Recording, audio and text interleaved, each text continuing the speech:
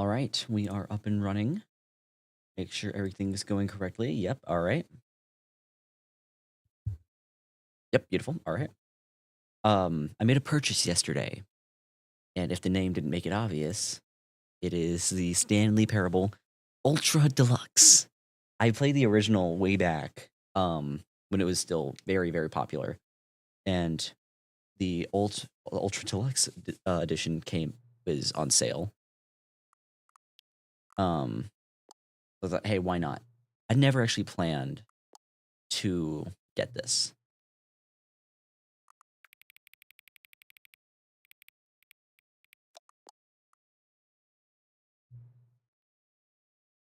It wants the current time.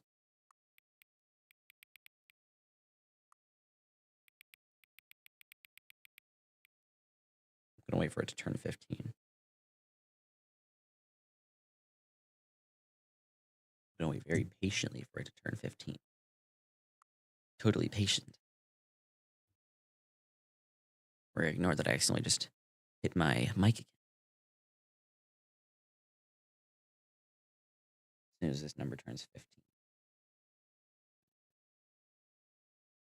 Is it asking you to do this because of the stupid play the Stanley Parable for the entire duration of a Tuesday achievement?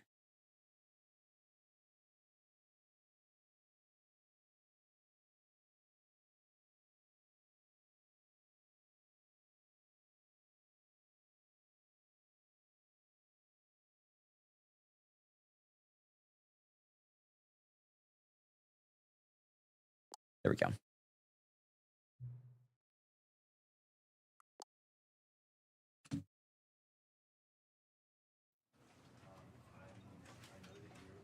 Doesn't do the mouse thing anymore. When I remember, you used to be able to like look at your mouse on here. The end is never. This is the story of a man named Stanley. I would have never guessed. Stanley worked for a company in a big building where he was employee number 427. Employee number 427's job was simple. He sat at his desk in room 427 and he pushed buttons on a keyboard. Orders came to him through a monitor on his desk, telling him what buttons to push, how long to push them, and in what order. This is what employee 427 did every day of every month of every year. And although others might have considered it soul-rending, Stanley relished every moment that the orders came in, as though he had been made exactly for this job. And Stanley was happy. And then one day, something very peculiar happened. Something that would forever change Stanley. Something he would never quite forget. He had been at his desk for nearly an hour when he realized that not one single order had arrived on the monitor for him to follow. No one had showed up to give him instructions, call a meeting, or even say hi. Never in all his years at the company had this happened, this complete isolation. Something was very clearly wrong. Shocked, frozen solid, Stanley found himself unable to move for the longest time. But as he came to his wits and regained his senses, he got up from his desk and stepped out of his office. Really quickly, I didn't check the... Okay, yeah, it's coming through on there.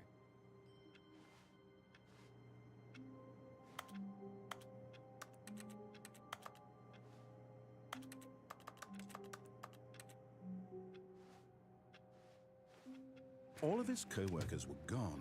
What could it mean? Stanley decided to go to the meeting room. Perhaps he had simply missed a memo. No matter how hard Stanley looked, he couldn't find a trace of his co-workers. I don't know what I just did. Wait, hold on, wait. Yeah, this is how you did it. Okay.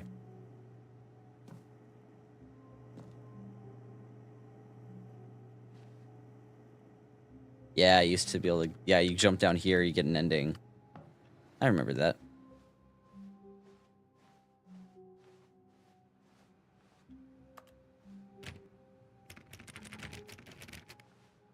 Stanley went around touching every little thing in the office, but it didn't make a single difference, nor did it advance the story in any way. I hate Monday. Good for you, buddy. Wasn't there like a secret for this room? Can't remember.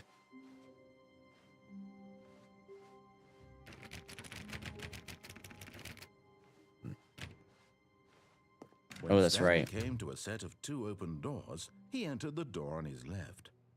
I'm just gonna do the main story.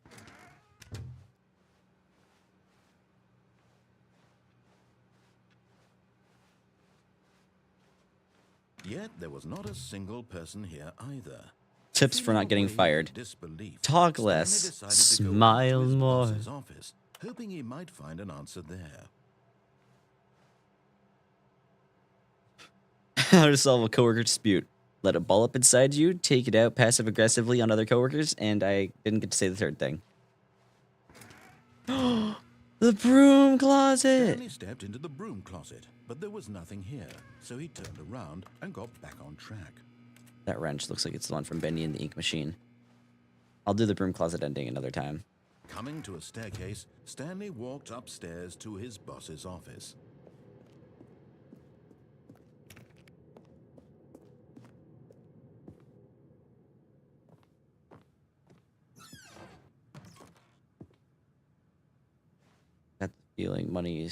I got the feeling money's for stealing, but not yours, of course.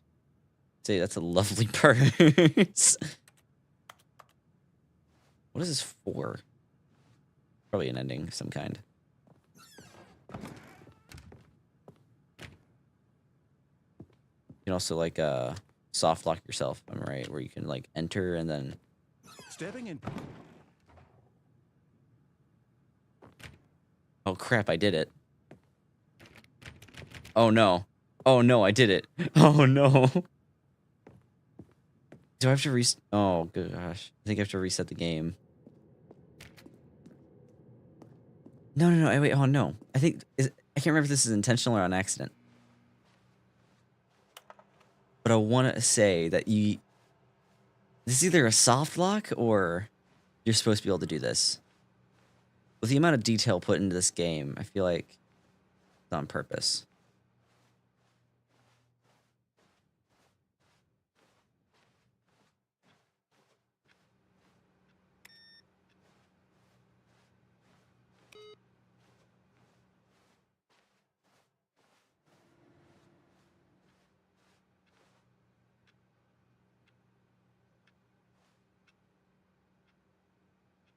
So it was on purpose.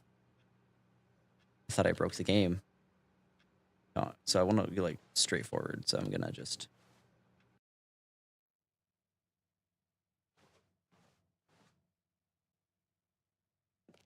you are now leaving.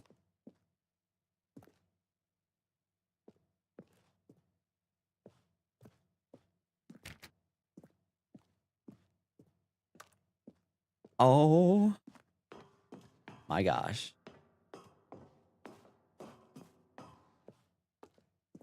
I got so scared for a second. Red door? Red door escape room?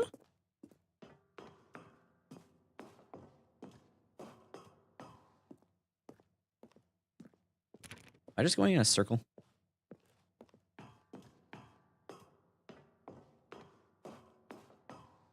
No, okay. 757.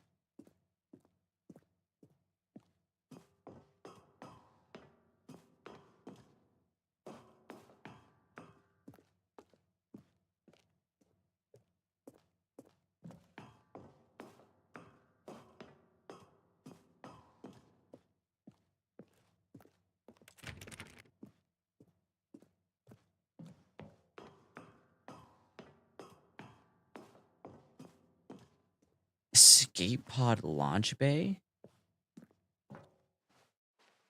What? Dude, it's so dark.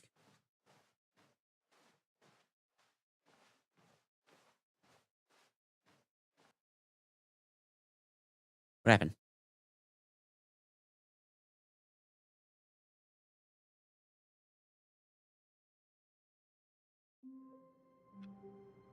What?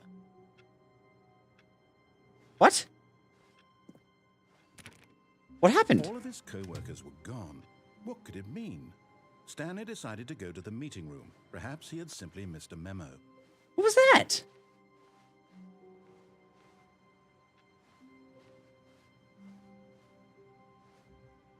What?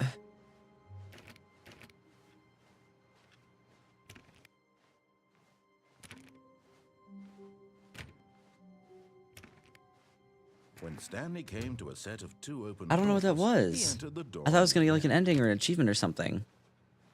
I felt so smart, so cool. Yet there was not a single person here either. Feeling That's a wave unfortunate. of disbelief, Stanley decided to go up to his boss's office. Coming to a staircase, Stanley walked upstairs to his boss's office.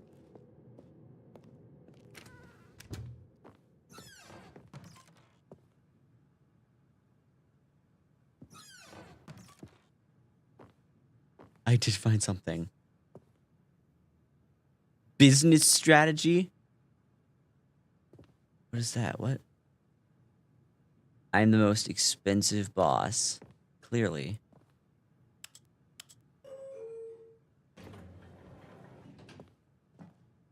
Ooh. I want to go up.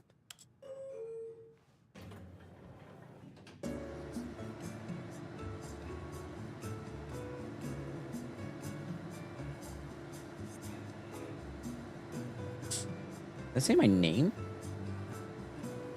That's Stanley.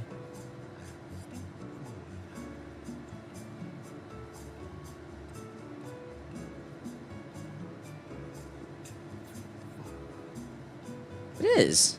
That's but no, that's the narrator's voice.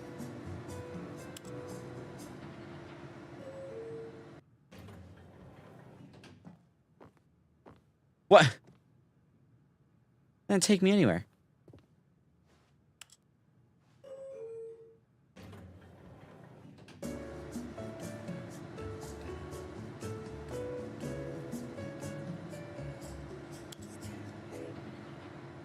Okay, yeah, so if I do that... Okay, just, yeah, it just brings me back here. So, maybe I need to go down.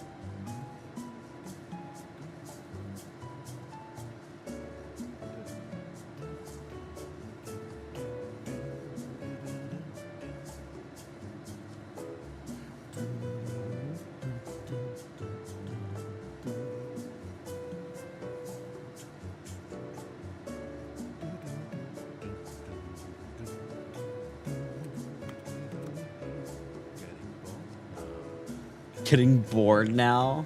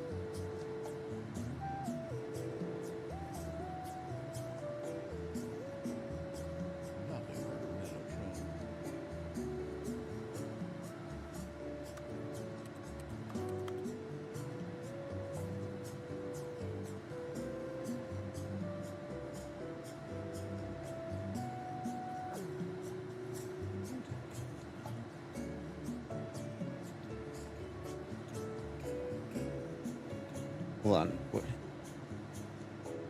Now I'm curious. I need to look this up.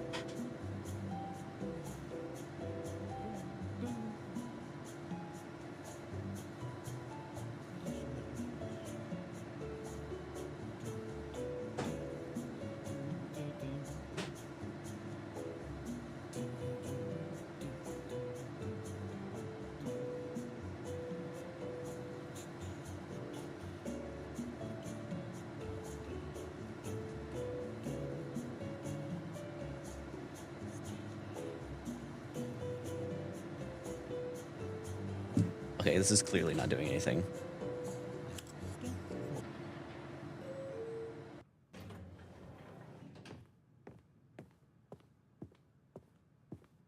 I felt smart too. The game made me feel smart.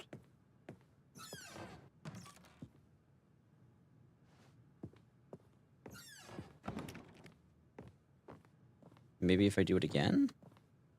Stepping into Ah, his office, I thought I had it. Stanley I didn't think I was had once it. again stunned to discover not an indication of any human life. What could it mean? Stanley wondered aloud to nobody. He began wildly tearing through papers on the boss's desk, pulling books off the shelf, looking behind paintings, desperate for clues to his situation. But his attention was caught by a keypad behind the boss's desk. What could its purpose be? In fact, this keypad guarded the terrible secret that lay buried below his feet. And so the boss had assigned it an extra secret PIN number, 2845. But of course, Stanley couldn't possibly have known this. Yet incredibly, by simply pushing random buttons on the keypad, Stanley happened to input the correct code by sheer luck. Amazing. He stepped into the newly opened passageway. Oh.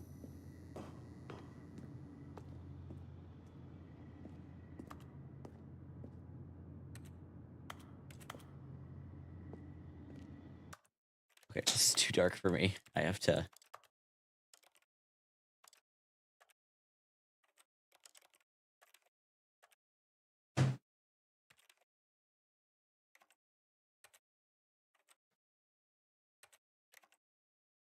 I can't... Damn it. I can't change the brightness now. Whatever.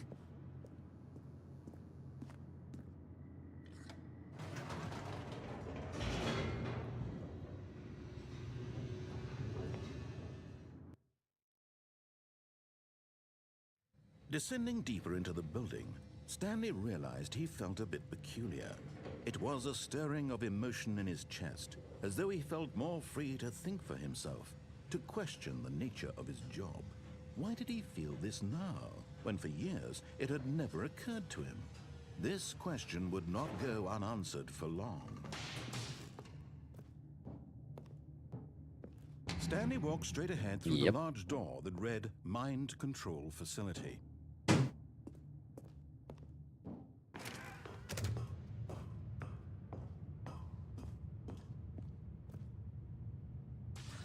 The lights rose on an enormous room packed with television screens.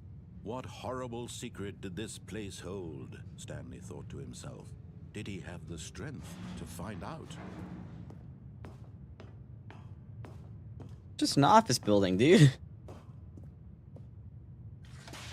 Now the monitors jumped to life. Fired. Their true nature revealed. Fired. Each bore the number of an employee in the building, Stanley's co-workers. The lives of so many individuals reduced to images on a screen, and Stanley, one of them, eternally monitored in this place where freedom meant nothing.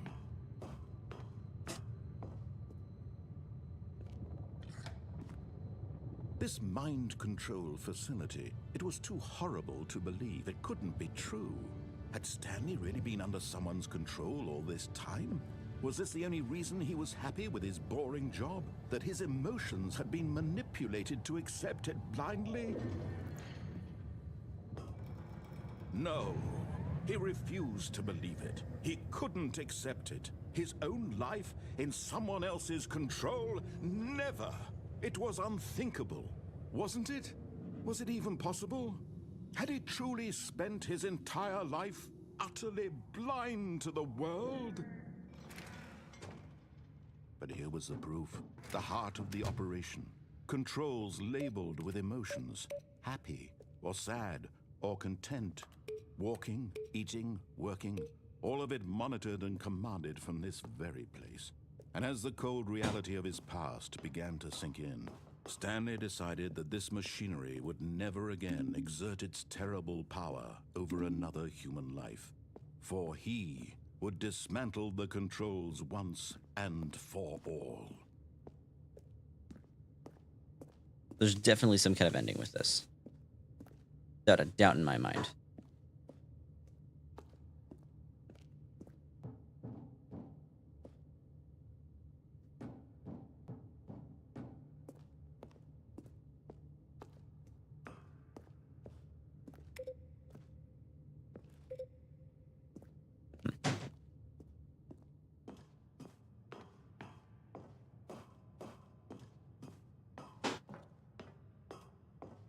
And when at last he found the source of the room's power, he knew it was his duty, his obligation, to put an end to this horrible place and to everything it stood for.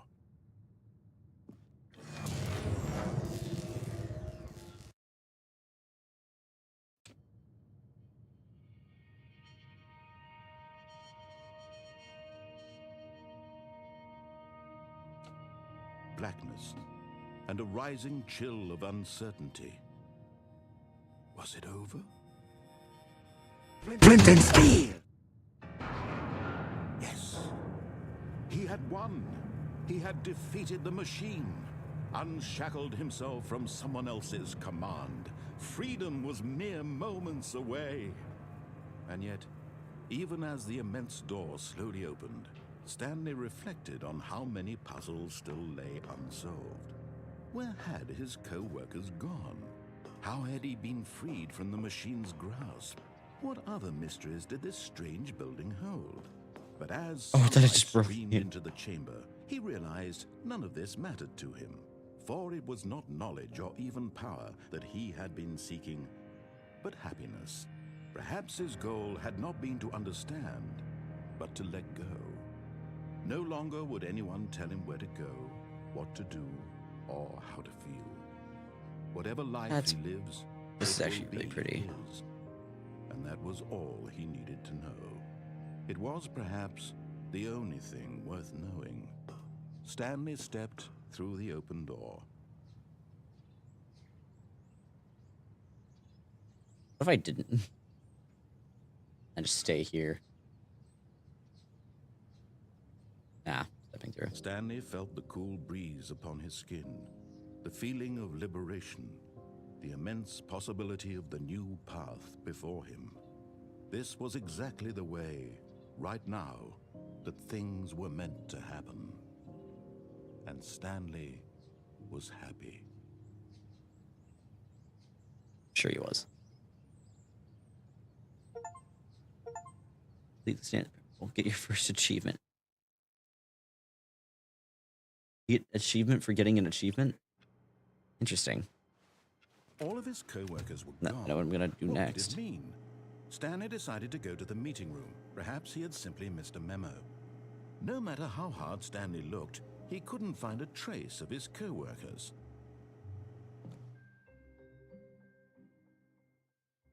At first, Stanley assumed he'd broken the map, until he heard this narration and realized it was part of the game's design all along. He then praised the game for its insightful and witty commentary into the nature of video game structure and its examination of structural narrative tropes. So, now that you're here, what do you think? Isn't this a fun and unique place to be? Why don't we take a minute just to drink it all in? Okay, I'm over it now. What do you think? Are you sick of this gag yet? Ah, then in that case, we'll continue. But now, here comes the real question. What do you think would have happened if you had told me that you wanted this to stop? Do you think it would have been particularly different? Would I have taken the same idea but rephrased it superficially to fit that answer? Perhaps you never would even have thought of it if I hadn't brought up the issue in the first place. Oh, now think about it. Will it be worth it for you to restart and then come back here just to do the other option? Clearly, this whole gag takes some time. What if the other option is even longer? How long will you spend in total just to have heard all the narration? Oh, and this is rich. Perhaps you've just played the other option, and now you've come to see what happens in this one. So, what do you think? Which choice was the better one? Imagine if you had selected continue on your first playthrough, how tantalizing it would be not knowing what happens when you pick the other option. Indeed, you are one of the lucky ones.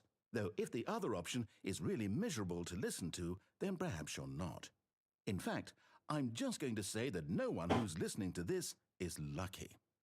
Well now, I've built up the other option so much that I'm going to stop talking and leave you to your decision whether to come back here, continue with the game, or just sit in this spot forever and ever. Cheers.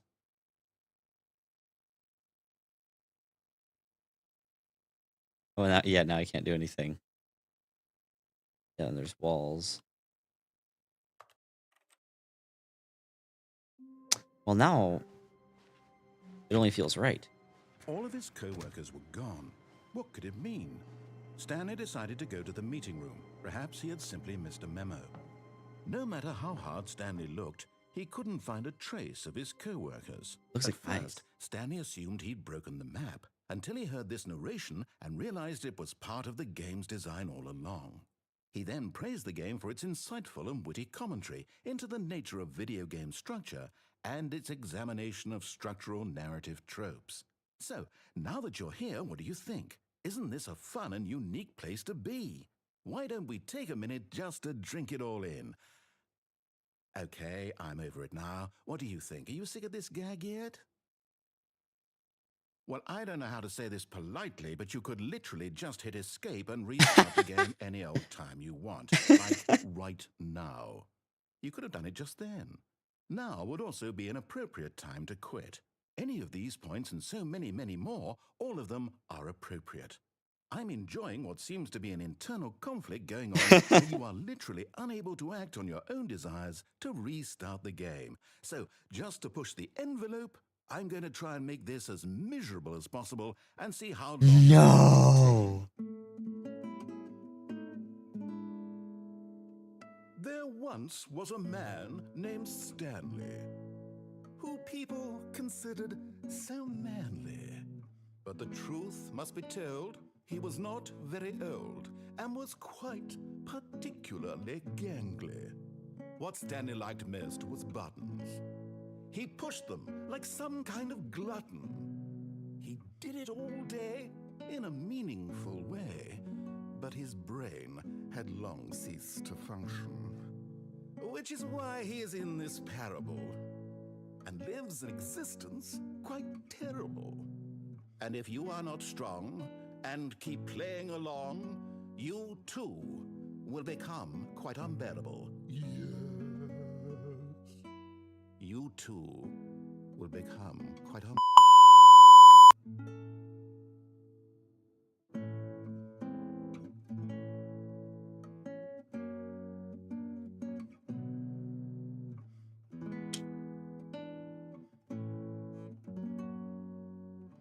Actually, very nice. I like this.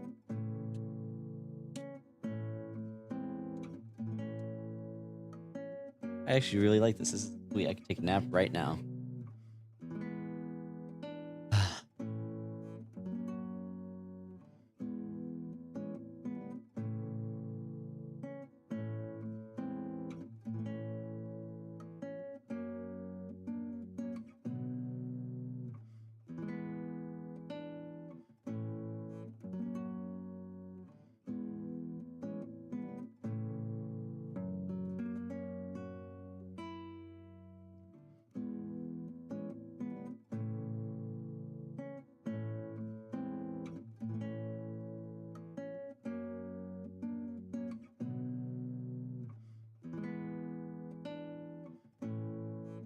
Is this a loop?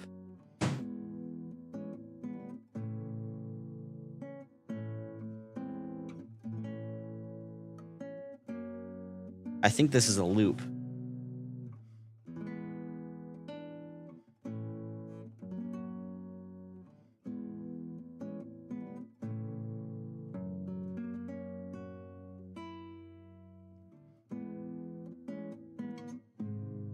Oh, it's not.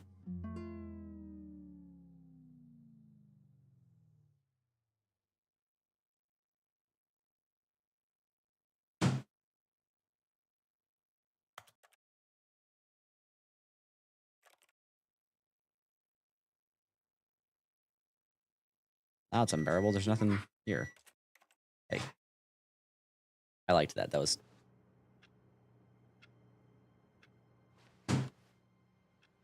All of his co-workers were gone. What could it mean? Stanley decided to go to the meeting room. Perhaps...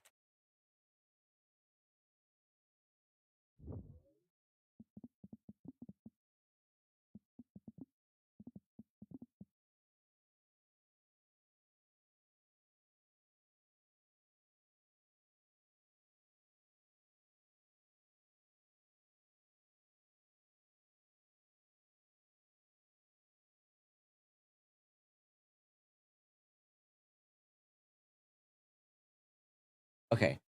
This is just an Easter egg. Okay, I got... he had simply missed a memo. I like that. That's funny.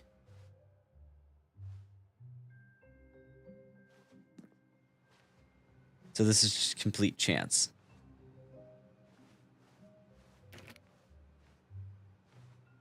Awaiting input.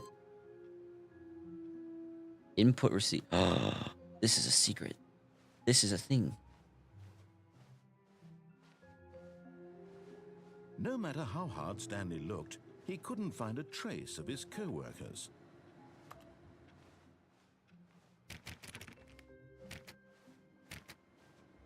Stanley went around touching every little thing in the office, but it didn't make a single difference, nor did it advance the story in any way.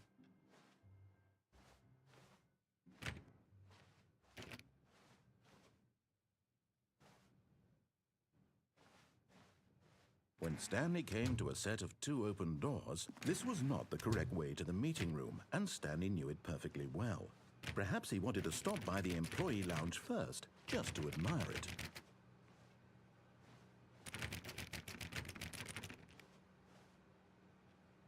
For B9. Okay, surely there's a way to get in there.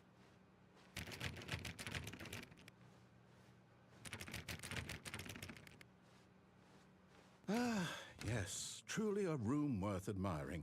It had really been worth the detour after all, just to spend a few moments here in this immaculate, beautifully constructed room. Stanley simply stood here, drinking it all in.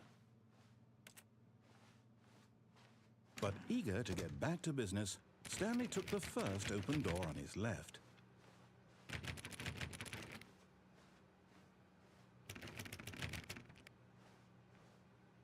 Nope.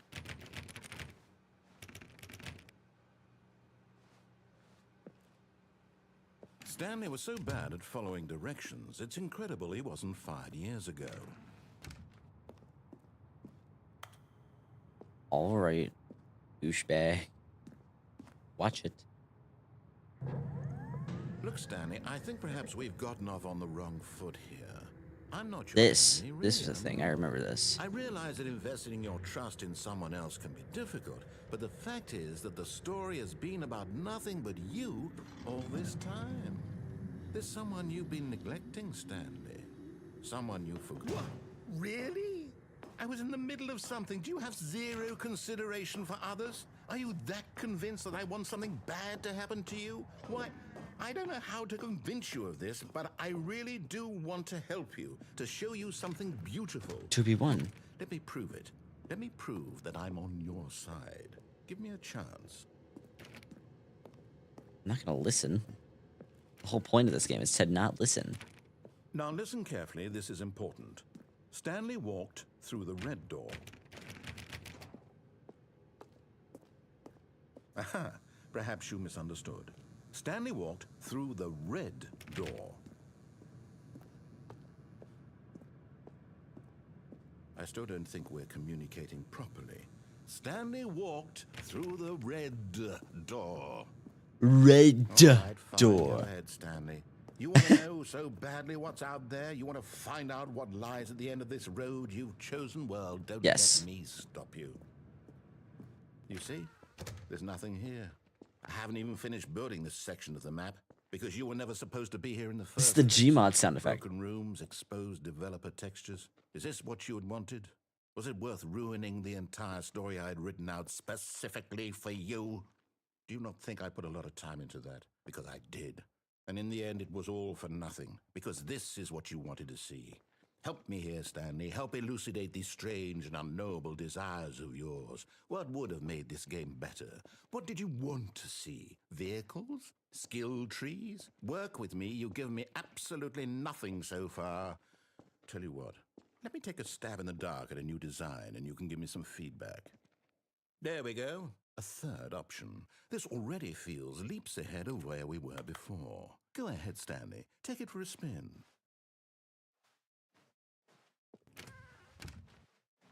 Oh, Okay, crap. I'm going to stop you there. Now, tell me about your experience with this new version. Would you say that the game benefited from allowing you more choices? Feel free to be honest. I'm looking for some real critical feedback here. A 1? I mean, I can understand if you had reservations, you saw ways the game could be improved to more fully express itself mechanically and artistically, but a 1? That's not even helpful. What am I supposed one? to do with that? But I guess it isn't my place to judge. Here, based on the data from your previous playthrough, I've compiled a new version. And to be perfectly candid, I think I've knocked it out of the park with this one. Let's take a look. A 1? It's like David Tennant. Stanley Parable Worldwide Leaderboard. Wait, are these actual people? 2 seconds.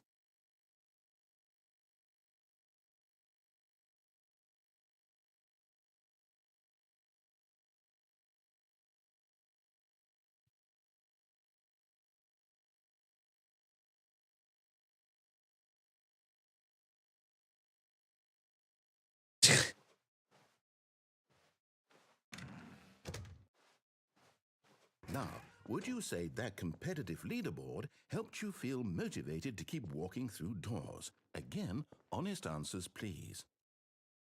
Hey, I nearly forgot. I've got a prototype of a new game I've been working on, and now would be a lovely opportunity to give it some playtesting. You wouldn't mind taking a look at it, would you? Perfect. Let me boot it up. Oh.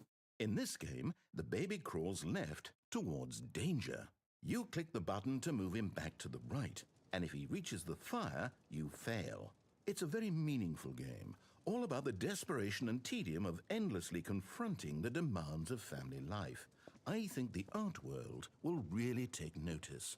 But of course, the message of the game only becomes clear once you've been playing it for about 4 hours. So why don't you give it 4 hours of play to make sure it's effective? Be sure to keep This is an notes of your actual thing you experience. can do. I remember that. I am not doing that, though. You heartless bastard. Did you do it because you hate babies or purely to spite me? Because if it's the latter, well, I don't know what to do. I'm completely out of ideas. I can't think of a single thing that might improve the experience for me. I'm not even going to try. I'm out. I'm done. It's over. Thank you for playing. Your input was extremely valuable. Oh, hey, since my game was so awful, why don't we play someone else's game? Just to ease the pain. Let's see. What do we have here? Yes, this seems like it'll work. Let's give it a shot.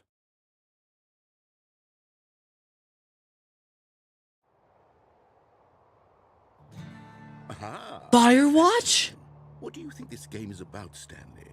What's our backstory? What is our motivation? Well, it seems obvious to me that you I are meant to play just as a creep played man this not that long spying on ago. innocent civilians below you from up high in your creep tower, perhaps for some sort of twisted erotic purpose. Yes, that must be it. What a fascinating venture into the experience of total mental depravity. Dude. So far, I love everything about this game, Stanley. Let's venture outward and see what else is out there. That was a real plane. Minecraft door sound effect. Dude. I remember having to look at this. I think it was the cottonwood. No, it was a flower. It was a flower. It was either the Fillory or the golden aster. I think it was golden aster. Dude, oh, I love Firewatch. We have to duck our head down under this? Oh, no.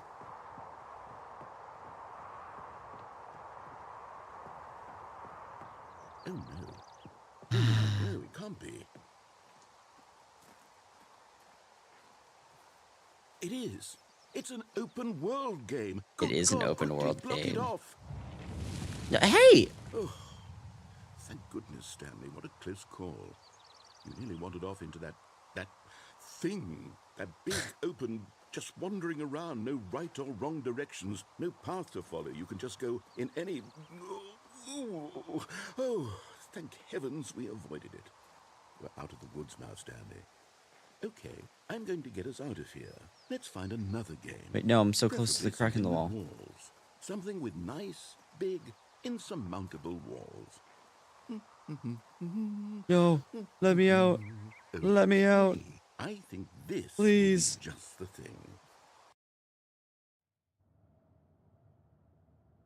Rocket League? See, this is exactly what I had in mind. Just a nice big box for you to run around in. There isn't any possibility that you could get lost here. Now this is game design. The world seems Stanley, crooked. If you manage to get lost in this game, I will be phenomenally impressed.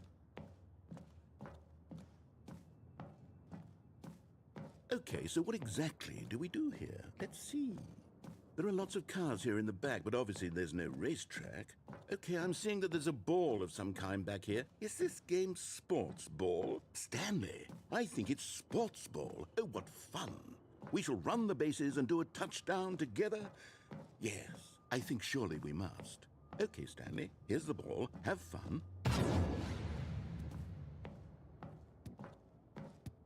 Oh, I'm faster.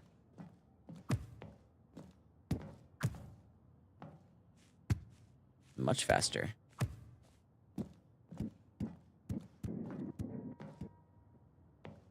Are you doing it? Are you winning? Is this fun? Hold on. What are you doing? Escaping. Stanley, don't do that. I can't follow you there. I can't help you. How will you write a story without me? You can't do it. You know that. Stanley, come back.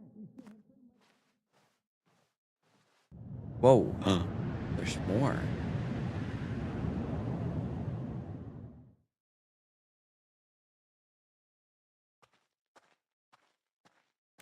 I feel like I should recognize this.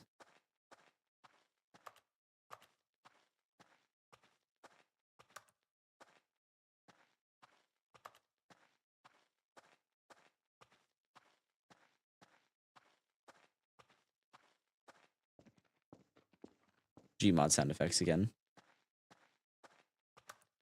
Yeah, so there's only one way to go, I'm assuming.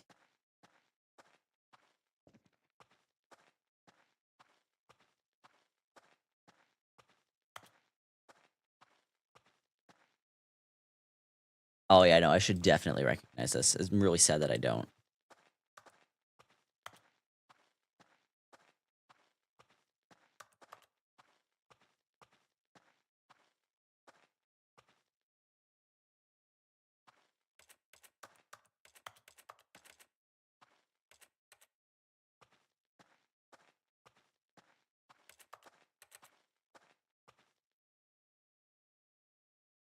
I wonder what he found. If what he wanted was to be the leading man in his own story, well, perhaps he's gotten it. Down in wherever he is right now. I wonder if he's happy with his choice. And if he's learned the heavy cost that comes with it. He'll understand soon what I was Whoa. trying to tell him. He needs me. Someone who will wrap everything up at the end to make sense out of the chaos and the fear and the confusion. That's who I am. That is what I mean to this world. Oh, yes. Yes, I'll be back. There's no other way. Once this ends, after it all comes to a close, then I'll be back. The end will be here soon. Very soon. I can wait.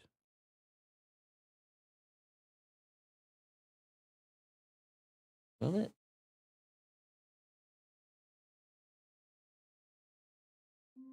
Ah, A soft wind blew outside and perhaps rain started, and if it did, it stopped shortly after. Stanley hoped that he would one day see weather. So over here, there's a computer that said, like...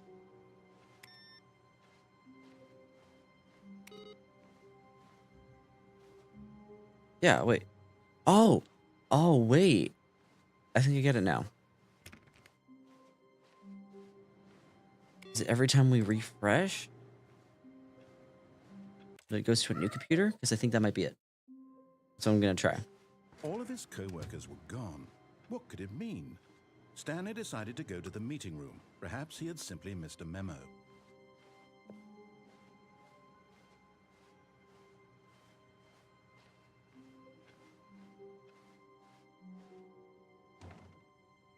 What? Oh, new content?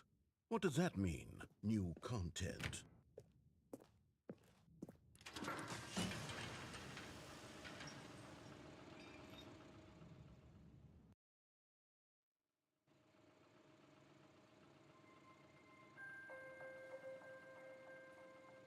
Turn right.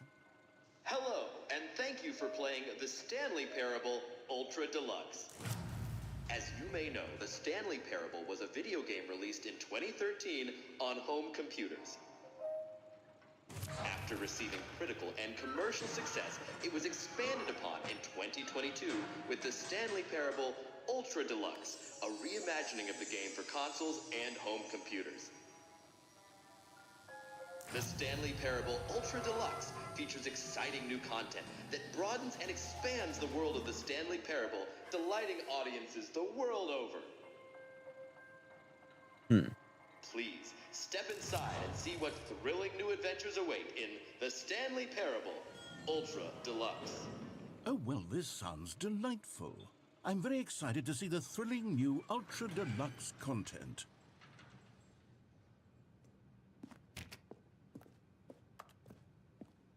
Okay, so far it's an elevator. Nothing special yet, but I'm sure it's just the beginning of a mesmerizing adventure. Mesmerizing. Is it broken? What's going on here? Should we be oh, there we go. All right, finally, at long last, it's on to the new content. I've never been more ready. Let's do it.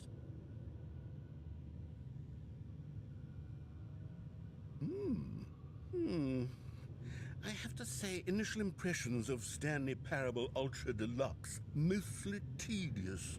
It's as if, oh, okay, let's see the Give me the content, Stanley.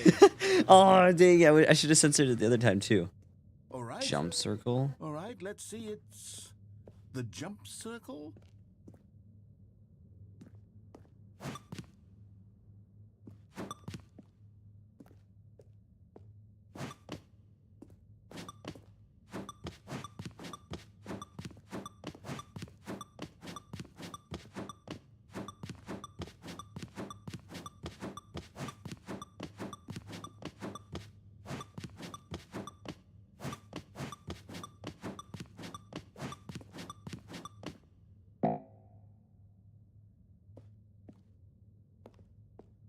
That it?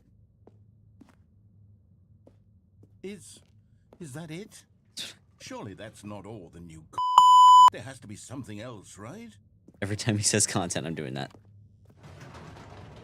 Goodness, another elevator. Stanley, I have to say, initial impressions of this game are not positive. It's just elevators and jumping. Is this what passes for exciting new If this is new then I could just read you the whole dictionary. There's 20 hours of new right there. Hell, I could count to 30 trillion. You could put that on the box. The Stanley Parable Ultra Deluxe, now with over 1,000 hours of new and oh, wait. There's more. Very good. Yes. I knew there had to be something else. Let's see it. I'm ready for whatever it is. Thank you for enjoying the new content. That's it? Oh, you've got to be kidding me. You see, Stanley? This is what happens when greedy video game developers with no respect for their fan base rush a cheap expansion to market for no reason other than to make an easy dollar. And don't get me started on the level of craftsmanship that's gone into it. In fact, I'm looking right now at the game's achievements, and it's hard to believe one of them actually says, "Test achievement, please ignore." What quality assurance department signed off on this? I'm That's an actual infuriated thing. and I'm offended, and I intend to find these people on Twitter and hold them Oh my personally. god. It's my fault, Stanley. I built up too much anticipation around the new content, I'm afraid. It could Oh, I missed never it. have lived up to such expectations. If you're still with me, why don't we just reset the game and we'll try to get back to what the Stanley Parable is really about? No frills, no gimmicks. Just you and me having a great time together like always. What do you say, friend? I did not do that. What?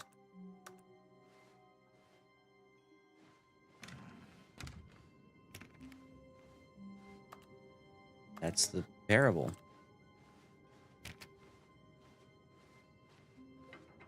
Psst. Stanley, come over here. In the vent. I want to show you something. Oh, I'm so tempted to go through there, but now I have to go through this.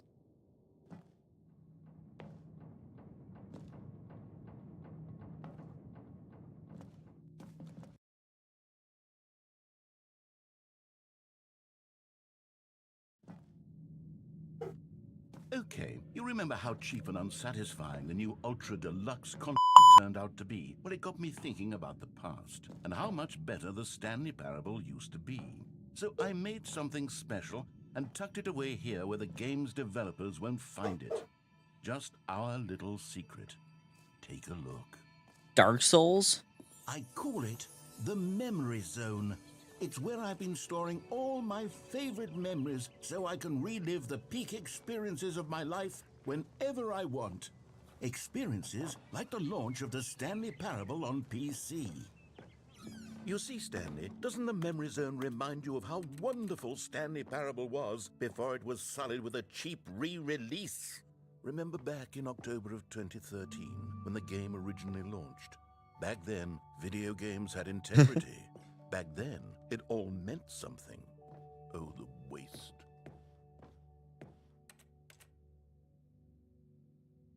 Our first kiss, my first card, the release of Stanley Parable in 2013.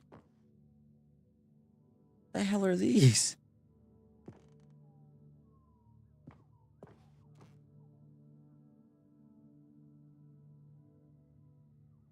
Mozilla?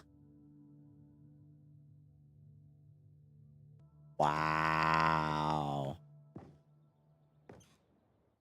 Smile because it happened.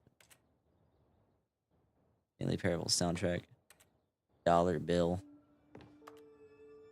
That is the demo. I forgot about that. Don't play for 5 years. It is impossible to get this achievement.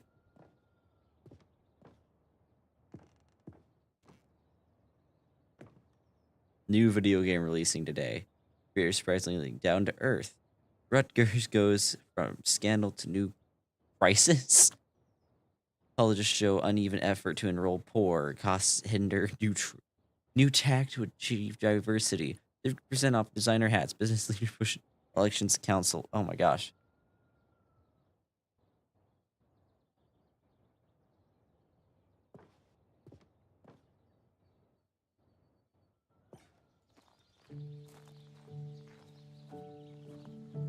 And over here is where I keep reviews of the Stanley Parable. Like this stunning triumph of games journalism, 10 out of 10 from Destructoid.com. James Stephanie Sterling writes, and I quote, "Where so many games that aspire to be more than games end up less than any form of art, Stanley Parable strives and then succeeds to be every game ever created." Did you hear that, Stanley? Every game ever created. That's how grand and all-encompassing the original Stanley Parable was. It was literally every game ever created. It was Skyrim, it was Persona 3, it was all of them, and now it's nothing. It's no games at all. It isn't even the Stanley Parable anymore. It's just a husk now. A lifeless husk with an hour of new elevator content.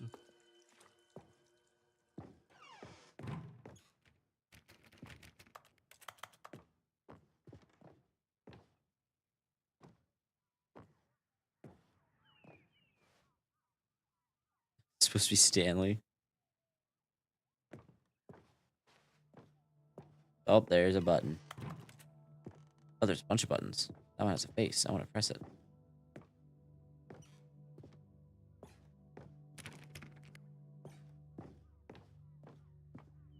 Here's another moving passage, this time from GameSpot.com.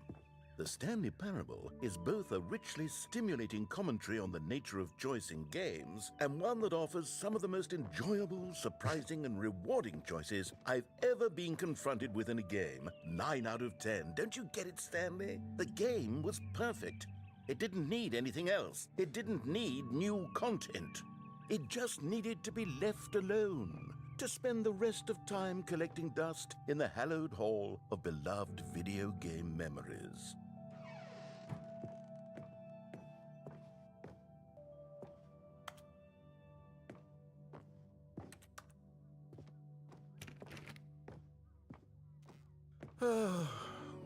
These were simpler times, Stanley. But I wouldn't give to go back, to have it all over again. Wait, hang on. I don't recall this part of the memory zone before. What's this? What's down here? Oh no. Oh God, no. Stanley, it's a collection of reviews from Steam, the online video game distributor. I haven't looked at these in years.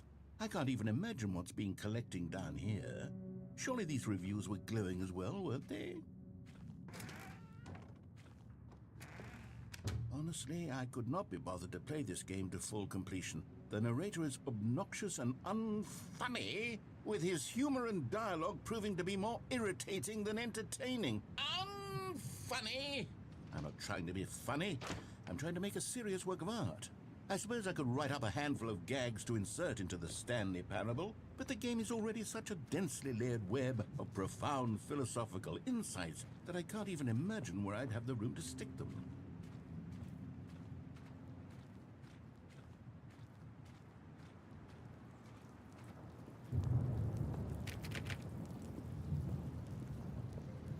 Okay, let's see what this one says.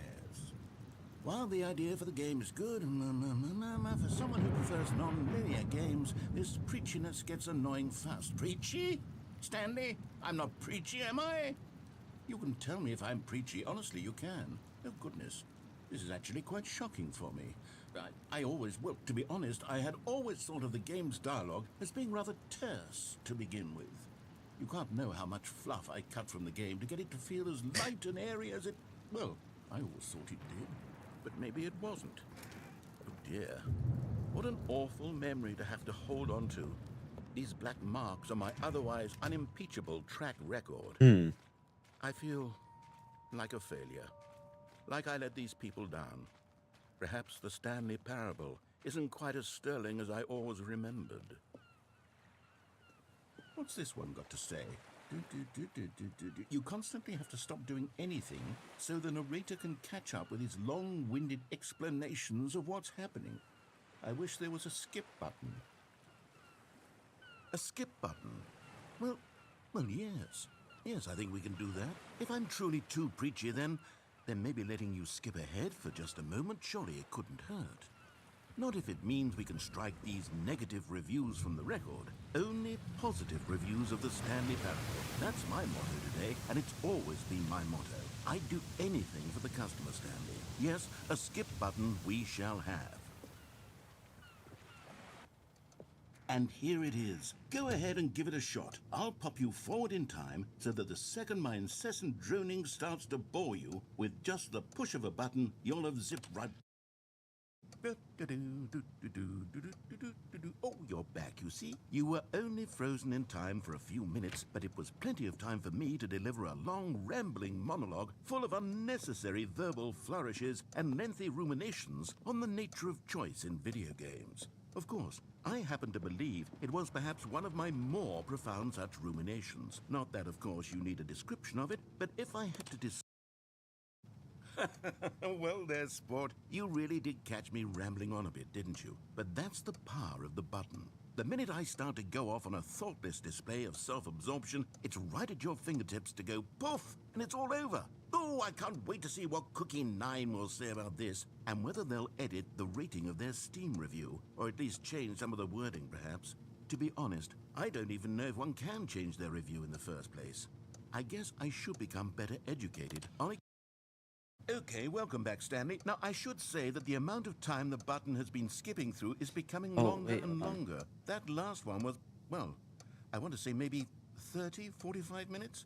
It's not unendurable by any means, but it's, well, there's really only so much I can ramble on to myself about. I know, it's shocking, isn't it? But at any rate, I do suggest that we not press the button again.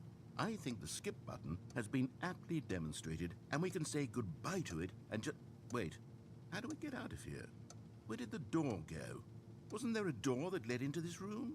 I do feel quite certain that there was one here.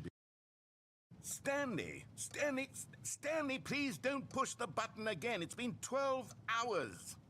You've just been frozen there. I don't know why the skips are getting longer, but they're really, truly getting longer, and my God, there's no way out of the room. Stanley, the door is gone. It's completely gone. I've looked at it from every angle. I've checked every one of those walls 1,000 times. And there's no door, Stanley. There's no door. There's just you and the button. And if you keep pressing it, I have no idea what will happen. I want to press it. I have no idea how long I'll be made to sit here. And more than anything else, I don't know how to stop you from pressing the button again. I can't control anything in this room, Stanley. I can't touch it. And I have to believe, I have to know that sooner or later, no matter how much I plead with you, you're going to press the button again. Why would you? I've been thinking and thinking, and I don't know what I can do to convince you otherwise. Oh, Stanley, you're back. You're back. Oh, my goodness. I have someone to talk to again. Stanley, I think it's been a week. Or 2 weeks. I've been sitting here all that time. Just sitting here. Not a single person to speak with. And you'd think that that's just how it's always been, right? Me talking and you saying nothing. Would you think that it's exactly the same as always? Doesn't that feel like what we've already been doing? Me just talking?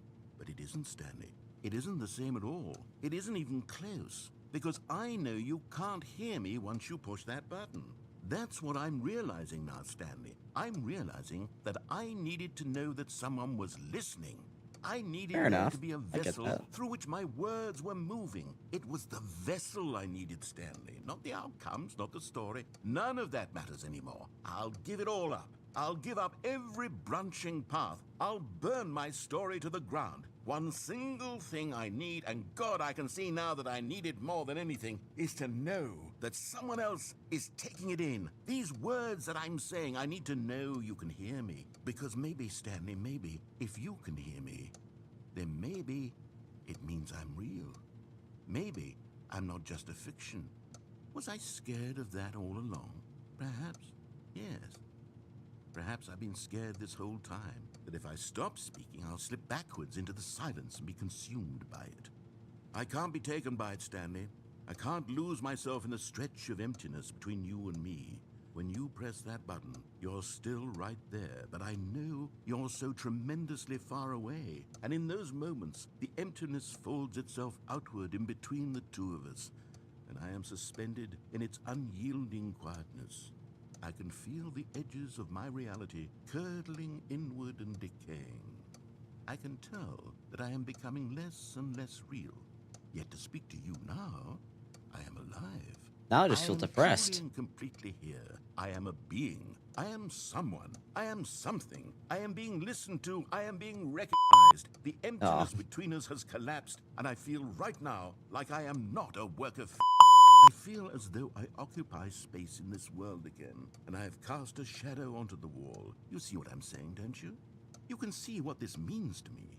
I'm so clear about it now, Stan. I feel as certain about this No. as I've ever felt about anything at all. I feel renewed.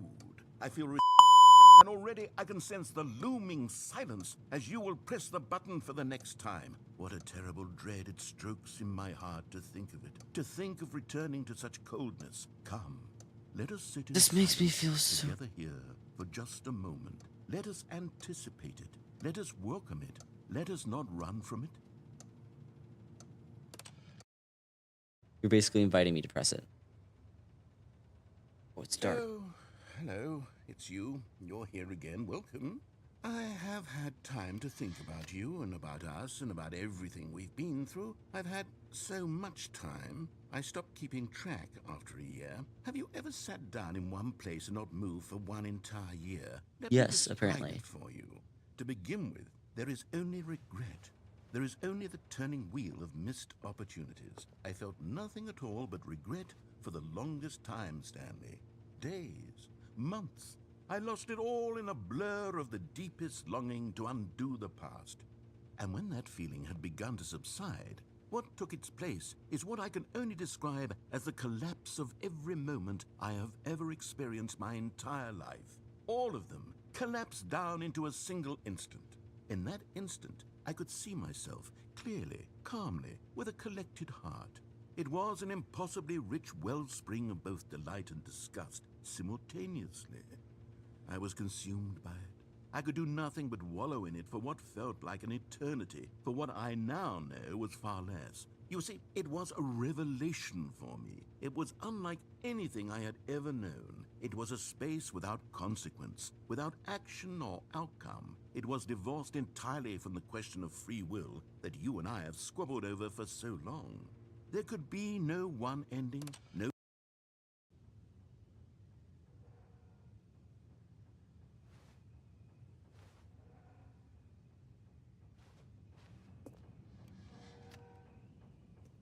Narrator? Narrator? Go.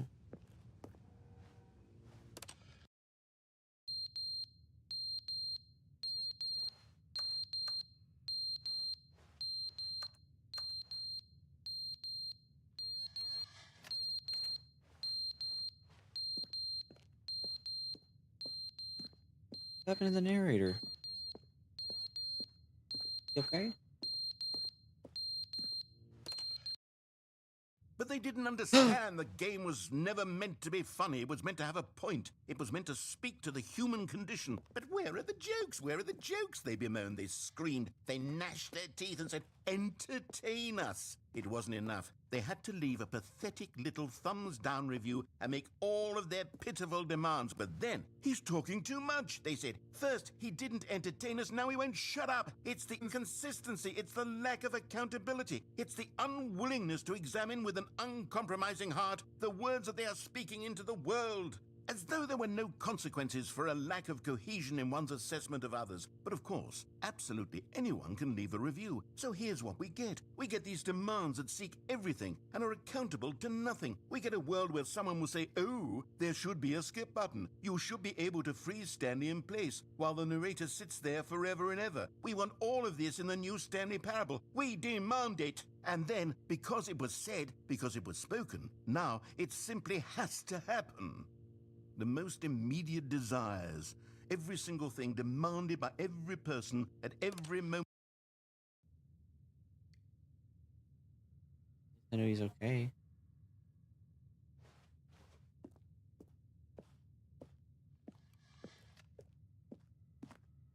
Think.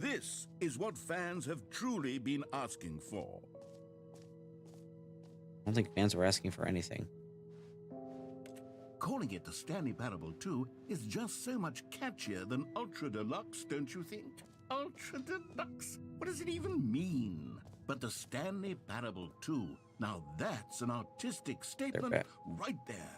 It's future-oriented. Google It Docs. screams progress and innovation and long-term franchising Thanks for potential. attending my meeting. More the Stanley Parable 2, the better Stanley Parable. Win. Sequel mind share. The color red.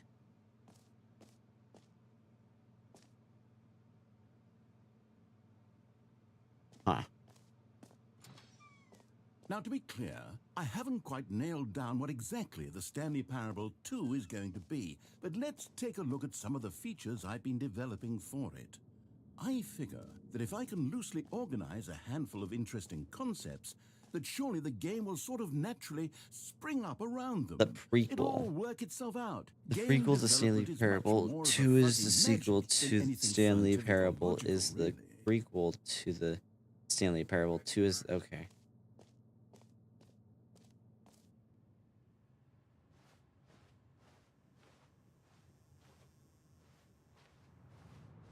Never thought I'd get to go on the red carpet.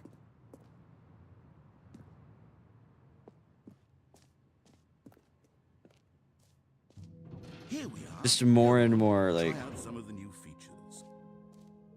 the name that says the name of the player that is playing the game. Doubt.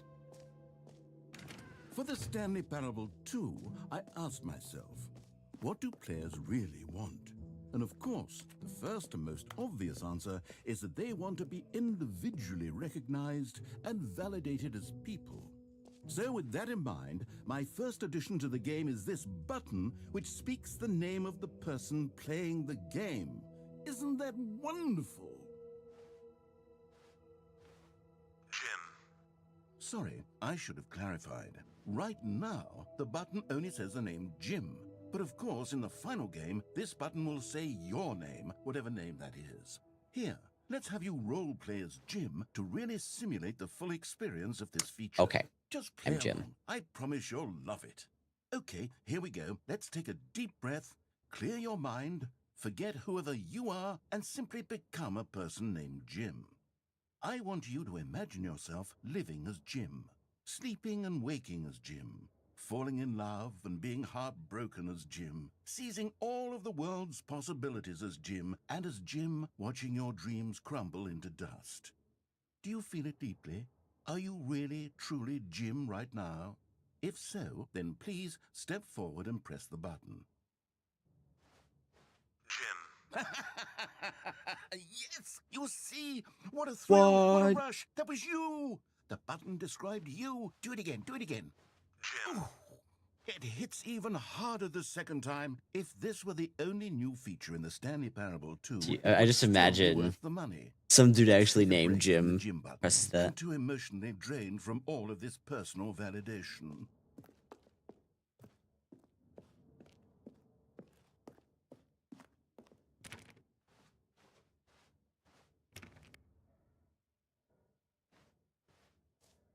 That it would actually be really cool. If only.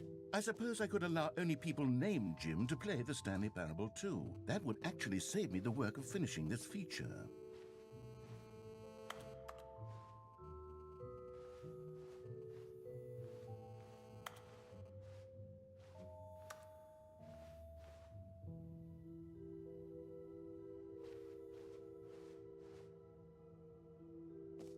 Jump circle again.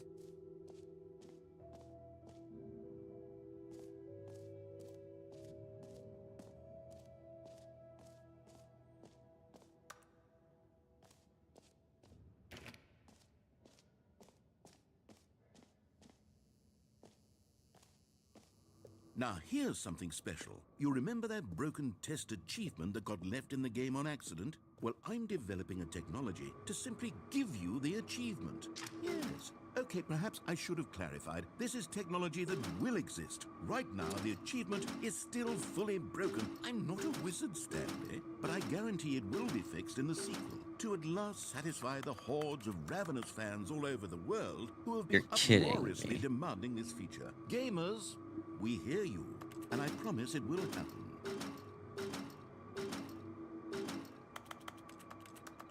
Damn you. Damn you.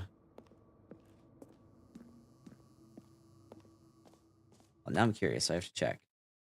If I go to the achievements tab, global achievements.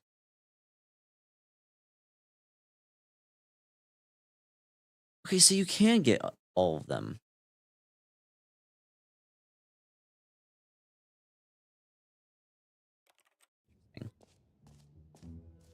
What else? What other exhibits have we seen yet? I got the you can't jump achievement. I just spammed the spacebar.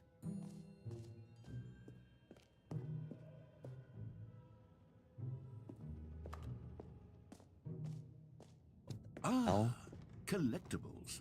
Now it's a real video game. In the Stanley Parable 2, you'll run around gathering up these miniature Stanley figurines. And what's truly innovative is that there will be no reward for collecting all of them. I don't want to stifle the intrinsic joy of watching a number go up. You simply collect all of them, and then you move the hell on with your unremarkable life.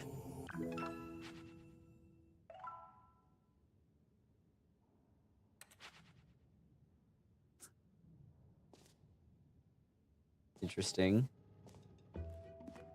God, it really is the worst when you collect everything in a video game and then they give you a big fancy reward for it. Absolutely tragic. Sure. You know The what? jump circle. Let's bring the jump circle back for Stanley Parable 2 as well. It's a... Oh, wait. You already spent all your jumps the first time we saw the jump circle? Oh, well. I suppose it can just be a nice decorative piece then.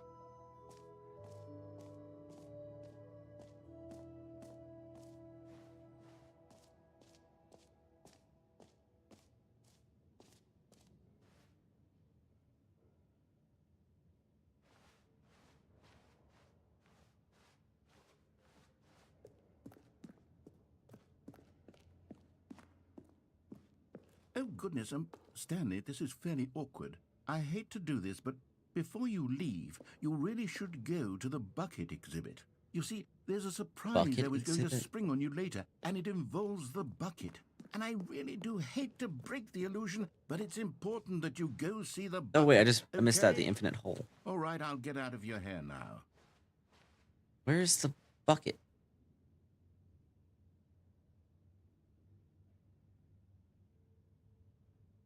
The Stanley Parable Reassurance Bucket. B2.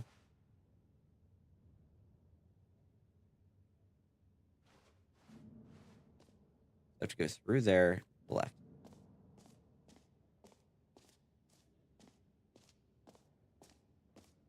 Yeah. Completely missed all this.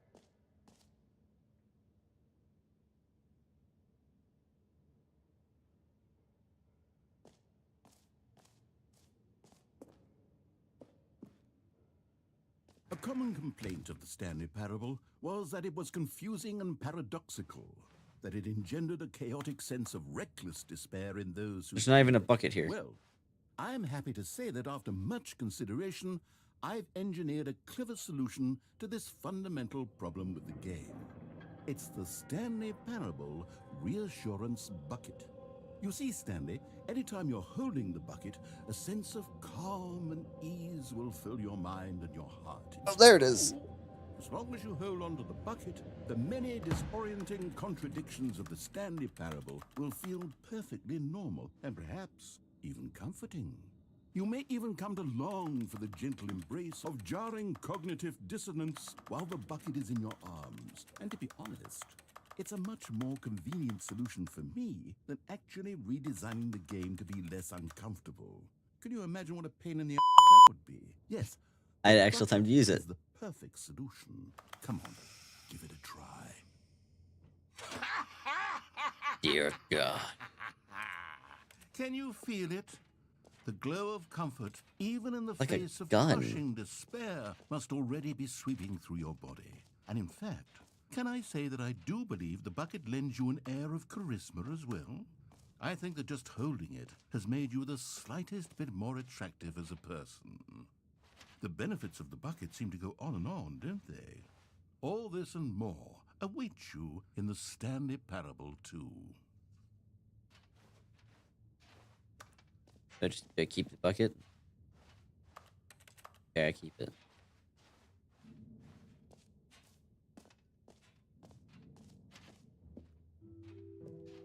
Does anyone give out awards for most enjoyable bucket in a video game? That really How do we should get be up an there? award if it isn't already.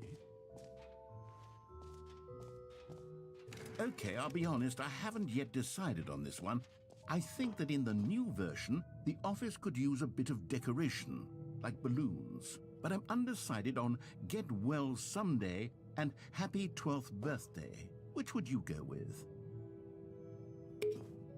You know, sometimes when you solicit another person's opinion, it makes you realize that you knew which one you actually really wanted all along. Oh my Get Well gosh. Someday it is. I like that one more anyway. I just did that because... No, that's... No, I didn't. I like this one. I thought this one was funny, but I like this one more because it's just kind of funny. Oh, Or actually, this is too specific. maybe I should have gone with... No. No, I've made my decision. We're moving on. Okay. I didn't go this way. That's right.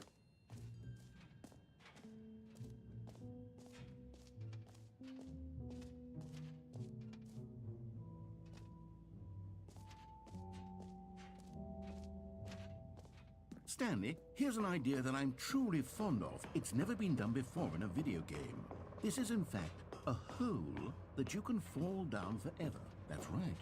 Infinite falling. You can fall until the end of time, if you like. A stunning leap forward for video games as a medium.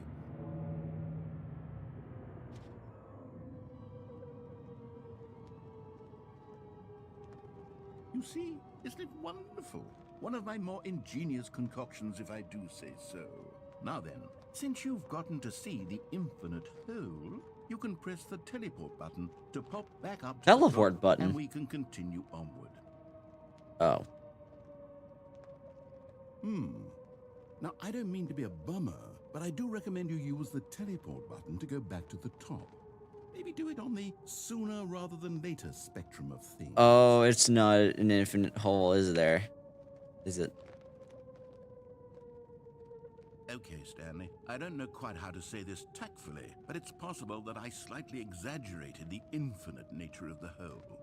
Is it a very, very deep hole? To be certain it is. It's an extremely deep hole. I don't want anyone to say that it isn't an astonishingly deep hole. It is. Is it infinite? Well, that sort of depends on your definition of infinity. From one perspective, the infinite is merely philosophical in nature. It's more of a... Okay, well, good for you. You found the bottom of the hole. You found me out, Stanley. I'm a liar and a cheat, and you're so clever. Look, I think the issue here is just that you're unusually fascinated by falling. What normal person actually wants to fall infinitely? I figured the hole was as deep as anyone would actually need. Don't you put this on me. Maybe you're the problem. Look, things got a little heated there. I think we both said some things we didn't mean. I didn't say Why anything. don't we just put all this behind us and agree to just call the hole mostly infinite? Mostly, If that you works can't for get close to you, infinity. then go ahead and press the teleport button to warp up to the top of the hole and we can move on.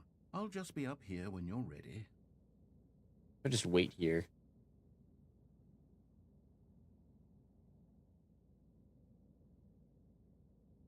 Stanley, I don't think you know this, but you're kind of an asshole. Great. Now, I'm very excited to show you even more of my ideas for the sequel. Oh, for heaven... You see, I was right. The problem is you.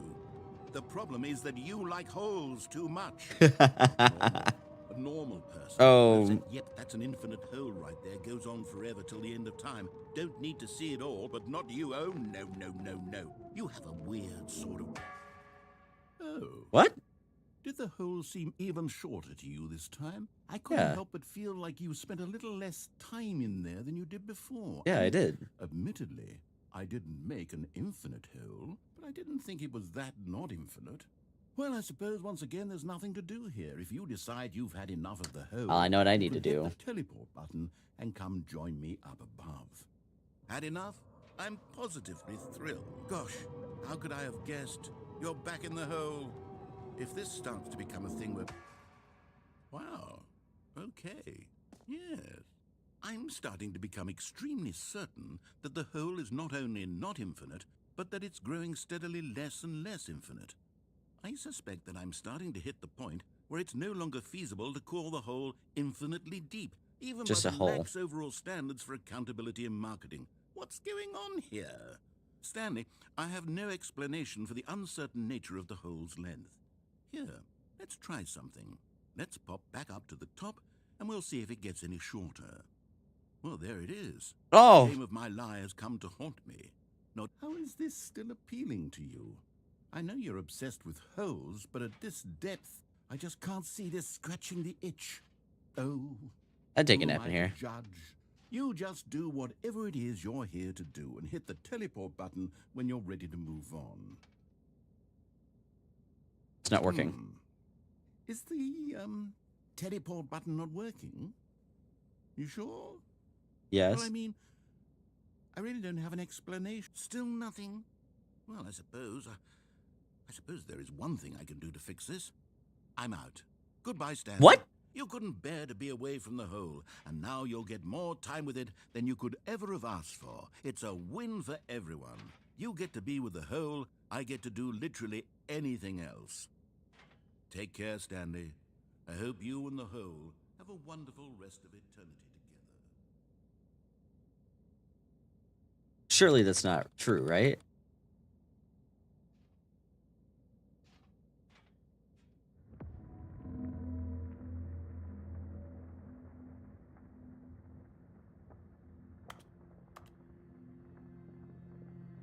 Ah,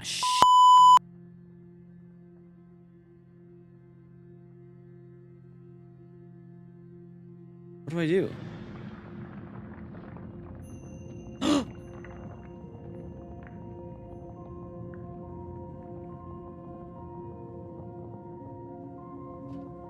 It's getting lower. He's gonna come back and be like, nope, never mind, I want you. Pop. Okay, and now I'm going to block off the hole, and now you can't go anywhere.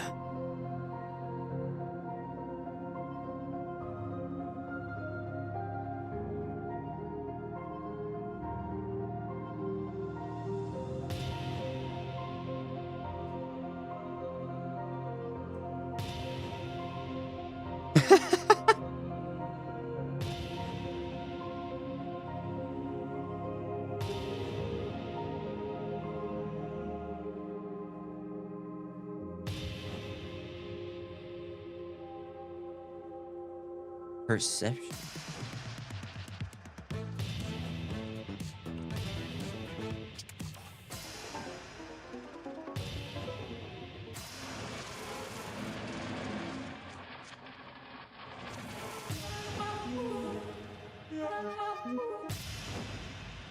My head's stronger. Now you're no longer using up this space of mine.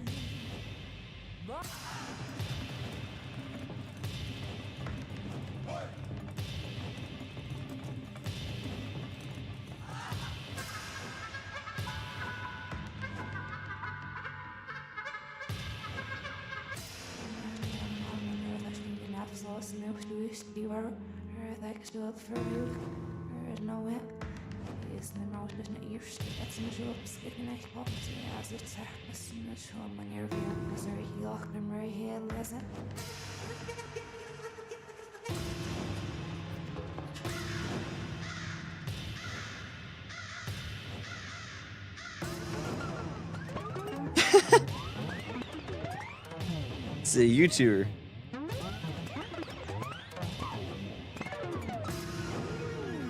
Error. Stanley? Stanley? Stanley?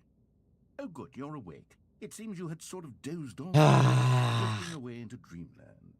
But we can't have that, Stanley, because this hole is just so darn fascinating that I want you to be wide awake for every second of it. You don't want to miss a single moment. So how about if I just pop in from time to time and wake you up to keep you really, truly focused on the hole? From the looks of things, you and I will have many, many years here in this hole, and I'm looking forward to all of them. Stay alert, Stanley. I'll be back. Toodle-pip. All of the buttons were still working. Yes. Back to sleep I must go. Back to that beautiful dream. What happened? Ah. Just Here we are. Go on. Try out some of the new features.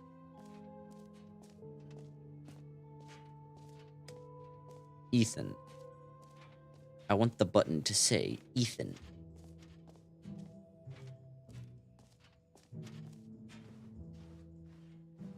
Goody. I want the button to say Goody. Damn. I want it to say damn.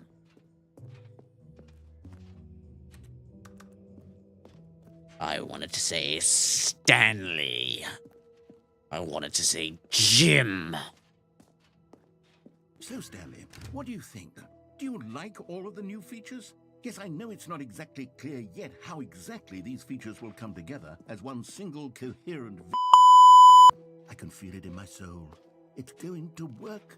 There's definitely a good game in there somewhere. Say, let's do an experiment. I'll arrange these new features together, and we'll see whether or not it coheres into a meaningful gameplay experience. Okay. Are you ready? Here it is. I give you the Stanley Parable 2.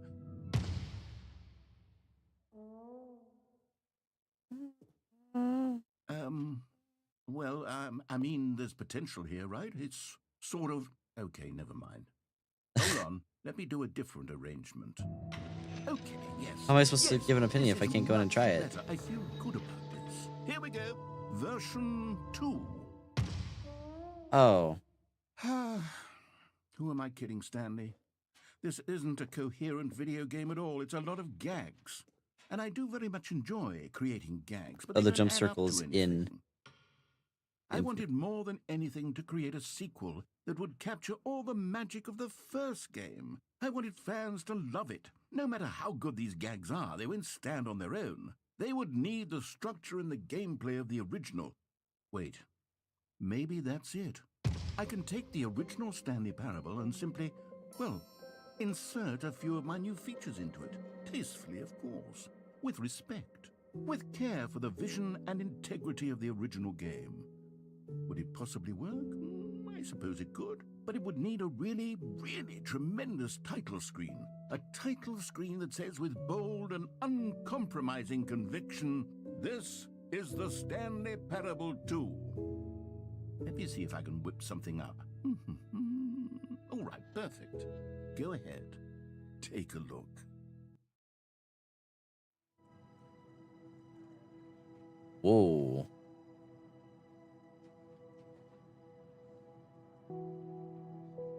Wait, hold on. This is actually so cool. Wait.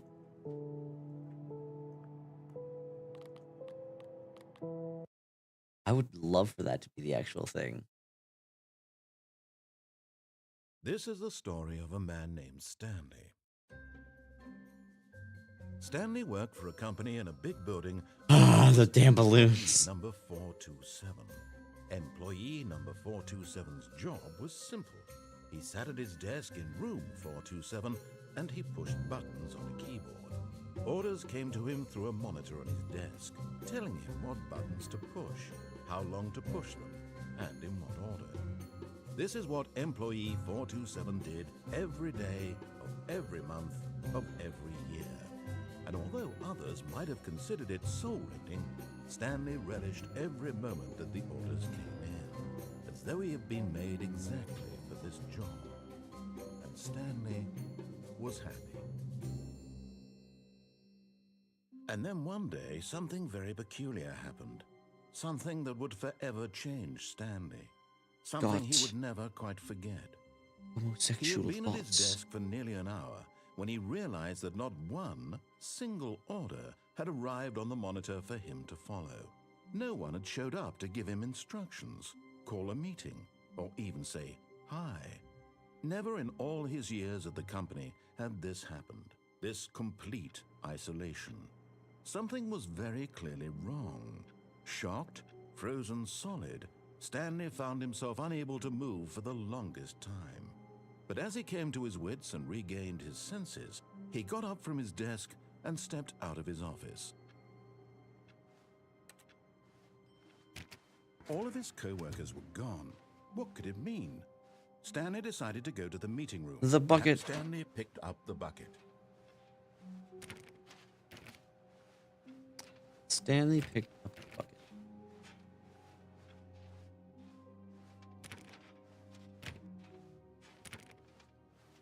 Stanley clutched the bucket tightly to his chest and entered the door on his left.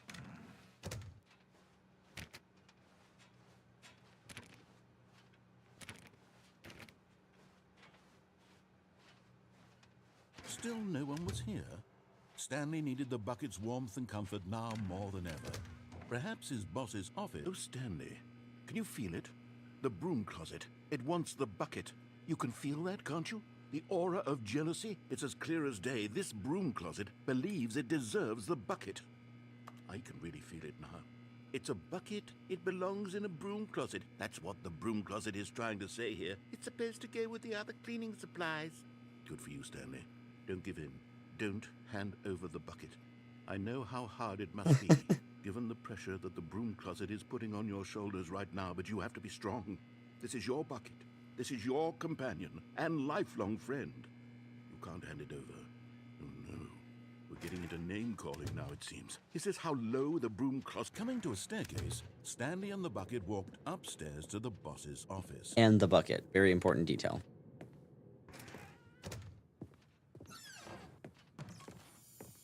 You found Oh, one. hey. One of the miniature Stanley figurines. Remember, no reward for collecting all of these, only the intrinsic pleasure of a job well done. You can't buy that sort of happiness, Stanley. God knows I've tried. So, I implore you to savor each and every moment you come across one of these beautiful figurines.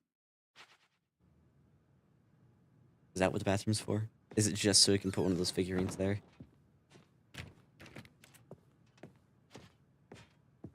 Stepping into his manager's office, Stanley was once again stunned to... I have to... Ooh, the sequel is now paused. I will be right back.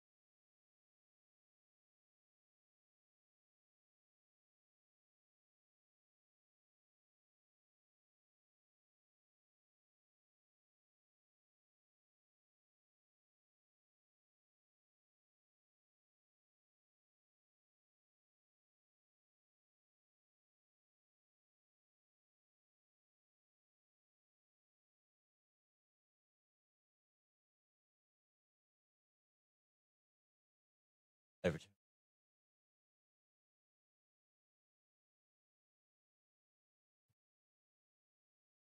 all right. Back to Discover sequel. not an indication of any human life. Crushed by the weight of this revelation, Stanley may have broken down into an emotional dumpster fire if not for the soothing presence of the bucket. But Stanley guessed the correct code by sheer luck. Was it that the bucket knew all along? Was the bucket guiding him? Yes, this is certainly the most logical explanation. Another miniature Stanley figurine. This, there really must be a snappier name for these things. What about mini stands? Stanley figs? Or what about Stanlerines? Yes, I think I like that. Another Stanlerine under your belt.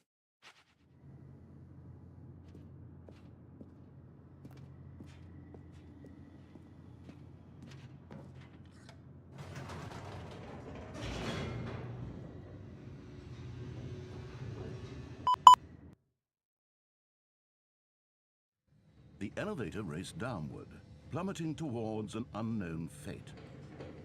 It would be all Stanley could do to keep himself together, if not for the bucket. Soothing him, comforting him, reassuring that in this darkest moment of uncertainty, he would be all right. This bucket The makes me bucket is suicidal. here for you, Stanley. Everything will be fine. Stanley and the bucket walked straight ahead through the large door that read, Mind Control Facility.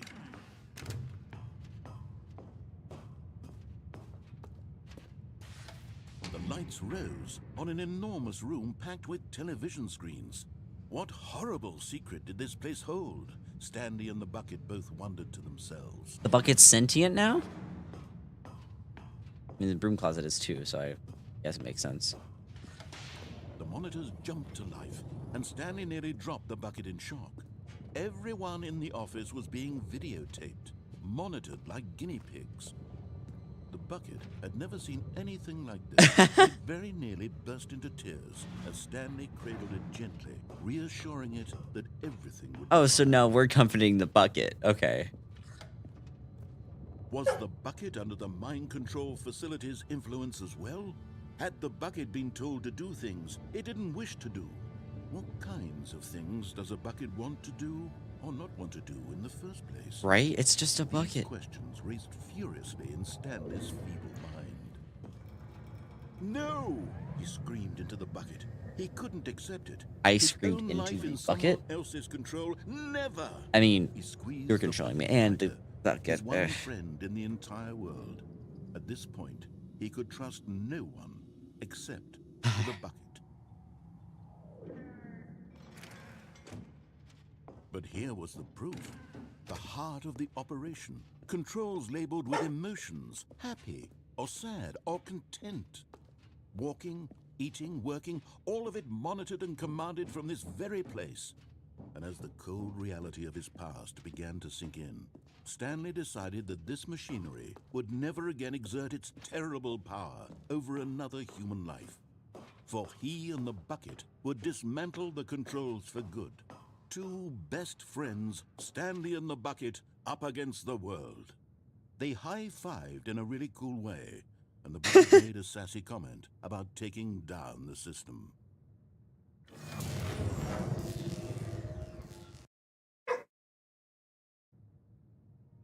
Stanley and the bucket waited in blackness.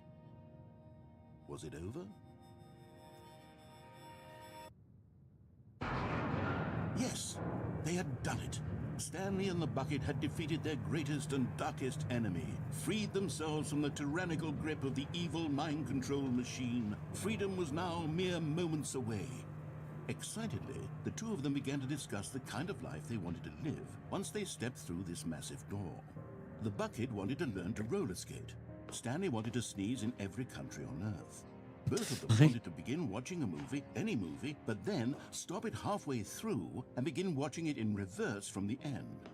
True, it was a simple life they envisioned, but it was one they'd lived together, with one another to lean on, to trust, to support. What? Wait. What was happening? Why had the door stopped? Was Stanley and the bucket not about to be freed? An unbearable silence filled the room, lingering in uncertainty. Until finally the truth hit Stanley square in the face. This building did not want the bucket to leave. Even the facility itself recognized the incredible calming presence of the bucket, needed the soothing warmth of the bucket, would go to any lengths not to part with the bucket. No, no, no. Stanley can't leave this place. Not while he has such a precious bucket in his arms. Not while this building has anything to say about it. Stanley realized he would never again leave this very room. But at least he has the bucket. To be trapped eternally in darkness isn't really so bad, Stanley thought to himself. As long as I have my bucket with me, right? What if I just put the I'll be bucket on my okay, head? Won't I? Stanley gulped. Very soon now, he was about to find out.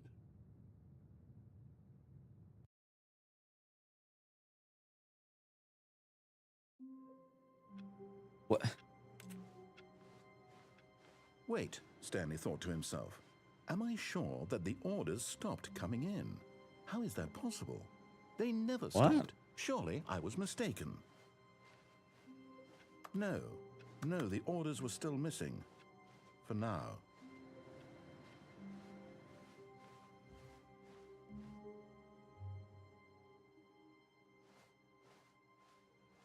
Stanley lifted the bucket into his arms, and a wave of comfort rushed over him. Stanley clutched the bucket tightly. Well, it said to his it's in chest and entered the the meeting door on his room, left. though.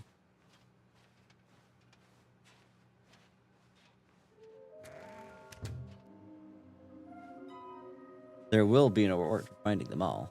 Lies. Who are you? There will be cleaning of this wall required. I want them so much. I want to go home. Stop kidding yourselves.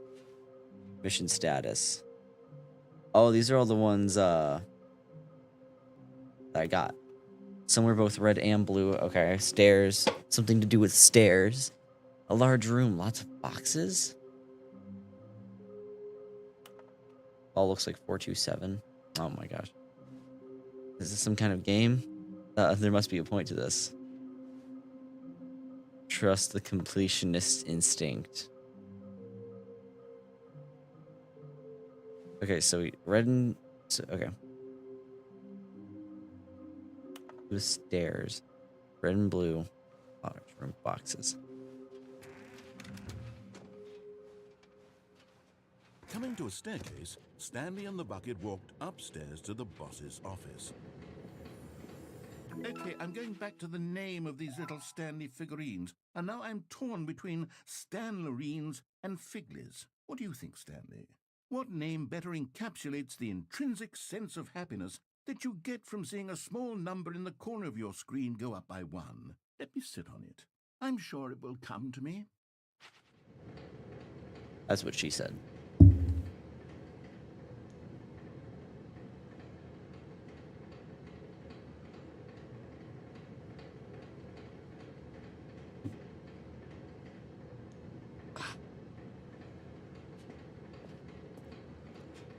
But Stanley just couldn't do it. He considered the possibility of facing his boss, admitting he had left his post during work hours. He might be fired for that. And in such a competitive economy, why had he taken that risk? All because he believed everyone had vanished? His boss would think he was crazy. And then, something occurred to Stanley. Maybe, he thought to himself, maybe This is a loop. crazy. He looked down at the bucket in his arms. Am I crazy? He asked the bucket. The bucket returned his gaze, but said nothing at all. That's strange, Stanley thought. Usually the bucket is a source of guidance and wisdom for me in difficult times such as these. He held the bucket close, yet felt none of its familiar reassurance and comfort. And that's when Stanley realized, this isn't my bucket. It's just a normal, everyday bucket. Someone else's bucket, perhaps. How did I end up with someone else's bucket? This is all terribly wrong. Surely no good would come from this. Who knows what sorts of bizarre hallucinations Stanley might experience without the psychologically grounding presence of his bucket. And indeed, now he noticed that the rooms were repeating, which was, of course, very odd. And now he felt himself floating off the ground. Oh, gracious. he Oh, exclaimed. no. Without my bucket, I've gone truly mad. Where is it? I must find it. Far off in the distance now, he heard it, calling to him. Stanley! Stanley, it's me, the bucket. Could it truly be? He rushed forward from room to room, passing by one bucket after the next. None of them were his. None of them were his special bucket. Come to me, Stanley. Find me. He had to find the bucket. He had to return to his old friend. It was the only way to truly restore his sanity. And then suddenly, he froze dead in his tracks. He knew where the voice of the bucket had been coming from. The real bucket was inside of him all along. Oh, what? It was That's gay. incredibly painful. Stanley Yeah, I doubled over in agony bet. and blacked out.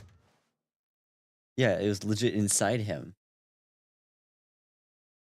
This is the story of a woman named Mariella. What? Mariella woke up on a day like any other. She arose, got dressed, picked up her bucket of comfort and security, and walked to her place of work. But on this particular day, her walk was interrupted by the body of a man who had stumbled through town, talking and screaming to himself, and then collapsed dead on the sidewalk. Right away, she knew what the problem was. This man Had no bucket. Of course he'd gone mad, ranting and raving about a narrator describing all of his actions and how everything is predetermined and free will is an illusion and it's all just a video game. It could all have been prevented if only he'd taken his bucket with him. Perhaps he didn't even realize he'd forgotten his bucket at home in the first place. How cruel the world can be, Mariella thought, and she hugged her own bucket even tighter. But of course, she had no time for this. There were a myriad of confusing problems she would soon have to confront at work, for which her bucket would provide absolute guidance and total clarity on everything. Heck yes, she thought to herself, my life kicks and she backflipped all the way to work. Huh.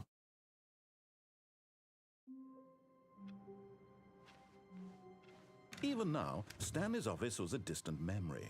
What did it look like? There was a computer, perhaps. The confusion and the chaos all seemed to melt away as Oh, I gotta the dog in.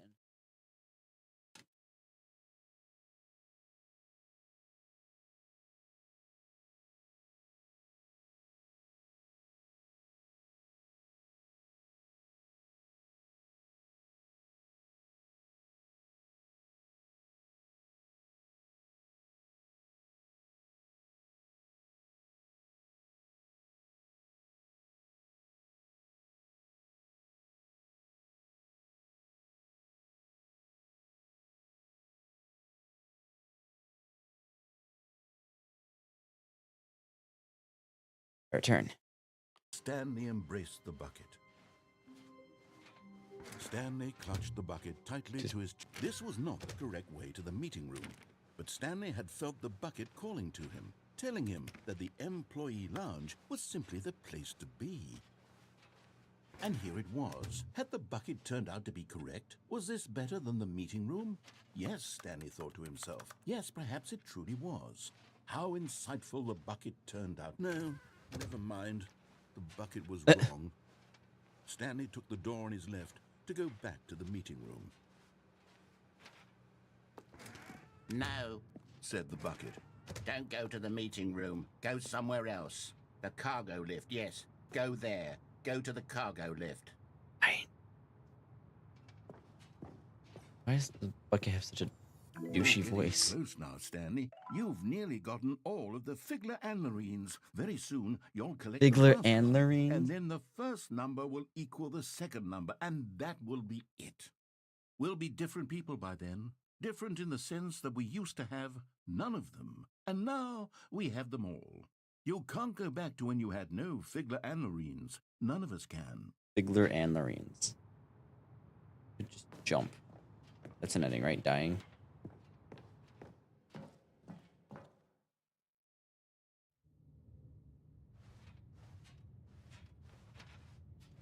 What's this?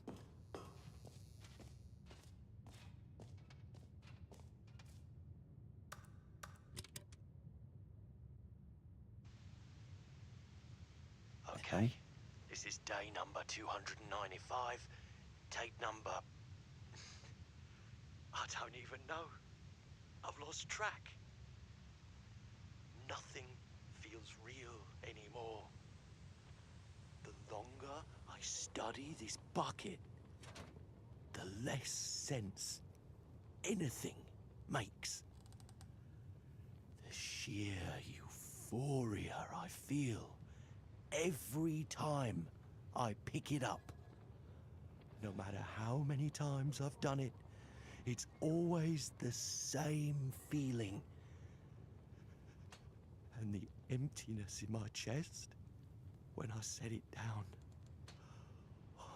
It doesn't make sense. There's no explanation for it. I still haven't figured out why I see the world so differently when this bucket is in my arms. Why everything feels so... What do I do with this treasure? I can on reverse. monetize it. Yes. It's unthinkable the amounts of money people will pay for even just an hour with the bucket. This is my golden ticket. But I have to be careful, because as soon as this gets out, there's going to be a target on my back. Even now, I don't know who might be trying to get... What's that? Who's there? Gamborata. What's Gambarata?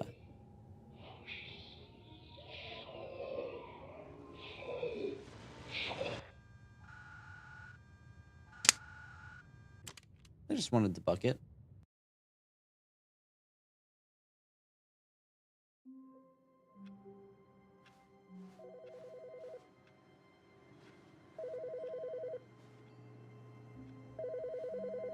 Hi, Stanley. Just wanted to leave you a message to let you know there's a few things I need you to pick up on your way home from work today. We need milk, cereal, dish soap, spaghetti, get a thing of sugar, some bread, and coffee beans, whichever ones you like. I'll give you a call if there's anything I forgot. Thanks, sweetie. See you tonight. Stanley's married? Or has a girlfriend? What?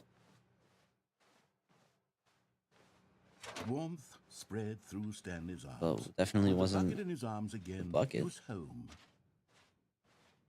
Stanley clutched the bucket tightly to his... This was not the correct way to the meeting room, but Stanley had felt the bucket calling to him, telling him that the employee lounge was simply the place to be.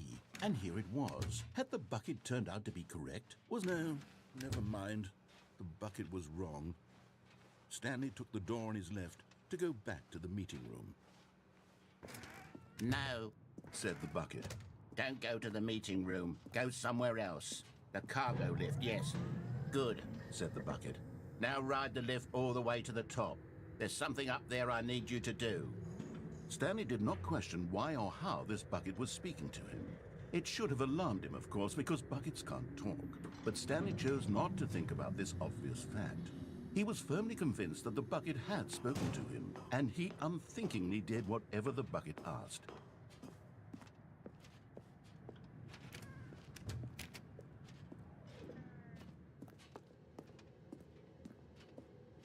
No, stop. Look there on the wall. You see, there's a sign right there. It says, "No buckets past this point." Stanley, how could you think it was okay to bring the bucket here? Unless, what if the problem is that you actually don't know what is a bucket and what isn't a bucket? I suppose that would explain a lot about your behavior up to this point. Which, if that's true, well, my goodness, I think we have to do something about it. This misunderstanding could have dire consequences on the entire rest of the game if not addressed quickly and properly. So much of the impact of the story is dependent on your understanding of what is and isn't a bucket. Please, step in here for a moment.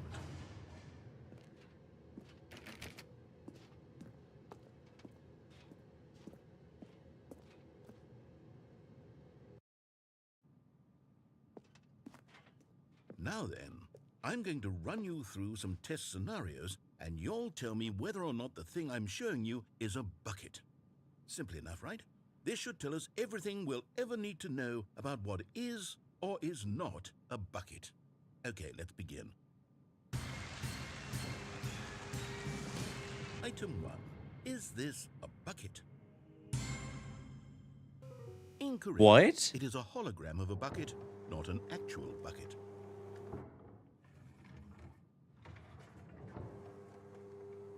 Item 2. Is this a bucket? Incorrect. It is a 3D printed recreation of a bucket, not an actual bucket.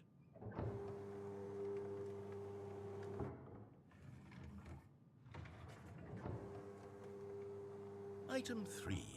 Is this a bucket? Correct. This is a bucket.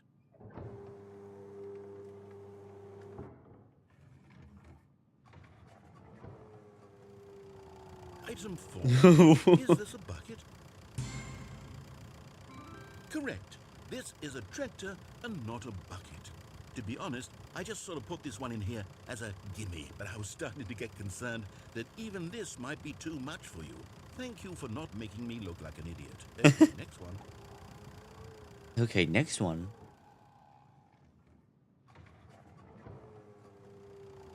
Is this a bucket? Incorrect. What? This is a bucket. This a bucket. Dear God. There's more. No. Item 6. Is this a bucket? Trick question. What? Both. Gotcha. What? Wait, hold on. I can't find the next one. Let me see. It should be around here somewhere.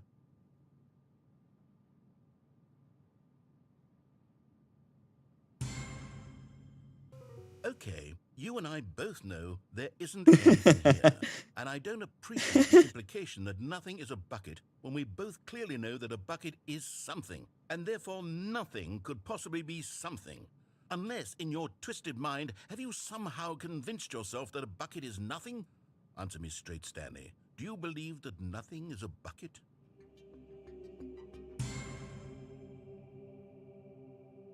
You know what? I'm too confused to even sort it out. I've lost all sense of perspective. What is a bucket? What isn't a gonna bucket? say, yep, Mere he doesn't know what a moments ago bucket is I could now. answer these questions with confidence, and yet now I'm somewhat adrift. Do any of us know what a bucket is? Am I a bucket? Stanley, I can't keep doing this. I'm losing myself, and myself was all I ever had to begin with. I'm afraid the bucket is threatening to tear our relationship apart. I can't have that. I'm sorry. But I'm going to erase all buckets from the game. No, no, no, no, Okay. no, no, Here we go. no, no, no. What happened? Is everything gone? Why did everything disappear? Wait, was everything a bucket? Every single thing in the game was a bucket. My God, I had no idea. How could... Except me. I'm not a bucket after all. And you, Stanley, you're still here. You're not a bucket either. Oh, this is wonderful news. We're not buckets. Yes, I actually feel much more at ease right now. It's delightful to get some clarity on that issue, but it doesn't change the fact that we haven't got a game. So, tell you what, I'll reset everything and we'll put back all of the okay? And we'll know that it's all a but if you run into anyone else, maybe don't mention that. Who knows what Every that time they say information might do bucket, to a I'm doing person. that. All right, here we go.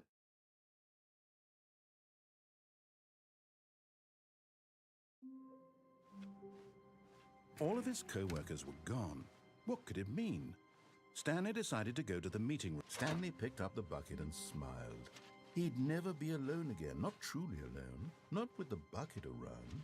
Stanley clutched the bucket tightly to his... Oh, wait, This I'm- was not the correct way to the meeting room, but Stanley had felt the calling to him, telling him that the employee lounge was simply the place to be. And here it was. Had the turned out to be correct? Was this no? Never mind. The was wrong.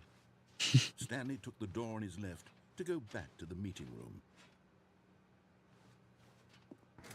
No, Said the don't go to the meeting room. Go somewhere else. The cargo lift, yes. Go there. Good. said the Now ride the lift all the way to the top.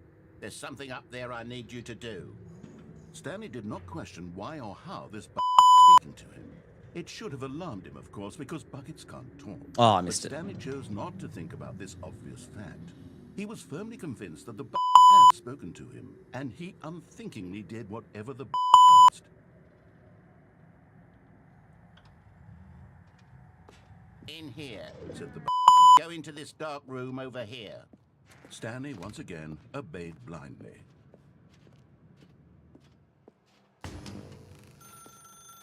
Now pick up the phone. Said the Pick up the phone, and it will take us back home, where we can go about life together. What? This is the sad story of a man named Stanley and his Once upon a time, I gave Stanley a because I thought he was lonely and could use a friend. And then, very distressingly, he began to believe the bucket speak to him.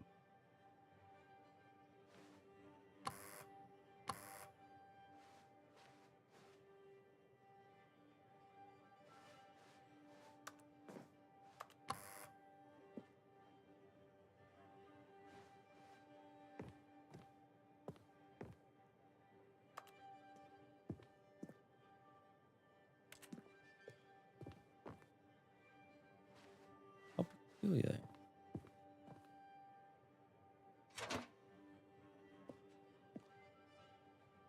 Hello, Stanley. It's me, your Press X to take me to work with you. The Stanley Parable reassurance was merely meant to provide the comforting glow of companionship. It doesn't literally talk and give you orders. Whatever Stanley is hearing the bucket to him is just in his head. Press H to take me back home. Lately, I've been concerned about him. Wouldn't you be concerned as well?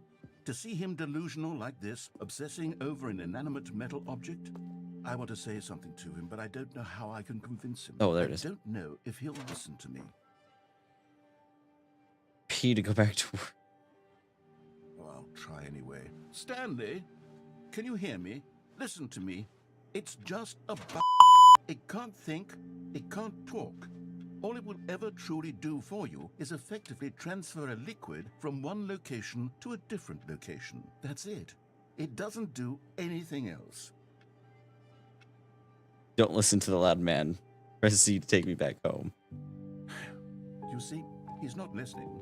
He's still taking orders from the You know, once upon a time, it was me he took orders from. Me he trusted and listened to. Now all he cares about is his awful this stupid hunk of metal. Press G to ignore anyone in life except for me. What the? It's sad. I suppose he doesn't need me anymore. From now on, he's just going to cling to this cold, empty this sort of shiny bucket. Well, I'll give it this. The bucket have a nice shine to it. You believe I'm real, don't you, Stanley? Press O to go back home. Yes, I suppose on closer inspection that it doesn't quite look like your average hardware store. It's just a little more, what am I trying to say? Sturdier, more capable of transporting liquid. Like it would be better at moving an amount of water from one room to another. Press O to relive the same day with me over and over. Oh my God, what am I saying? Better at carrying water from room to room. It's literally just a bucket. Why do I feel some need to accidentally point pressed out it. the ways in which it's so much more than just a regular bucket? Press F to go home. Work. Home.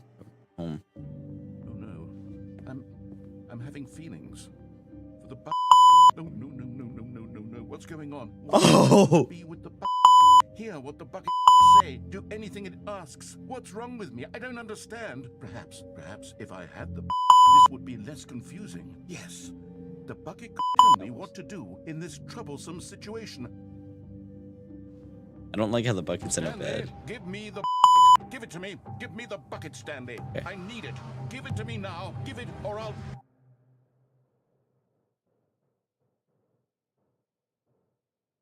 Can I open? Back to work, Stanley. What the hell was that? The psychotic ending? Even now, Stanley's office was a distant memory. What did it look like? Okay, I think I need to leave the Computer, bucket behind this perhaps, time. And a painting. Was it a painting or a photo? He could no longer recall. When Stanley came to a set of 2 open doors, this was not the correct way to the meeting room, and Stanley knew it perfectly well. Perhaps he wanted to stop by the employee lounge first, just to admire it. Stanley felt lightheaded, butterflies in his stomach, but eager to get back to business, Stanley took the first open door on his left. Stanley was so bad at following directions, it's incredible he wasn't fired years ago. Look, Stanley, I think perhaps we've gotten off on the wrong foot here. I'm not your enemy, really, I'm not. I realize that investing your trust in someone else can be difficult, but the fact is that the story has been about nothing but you all this time.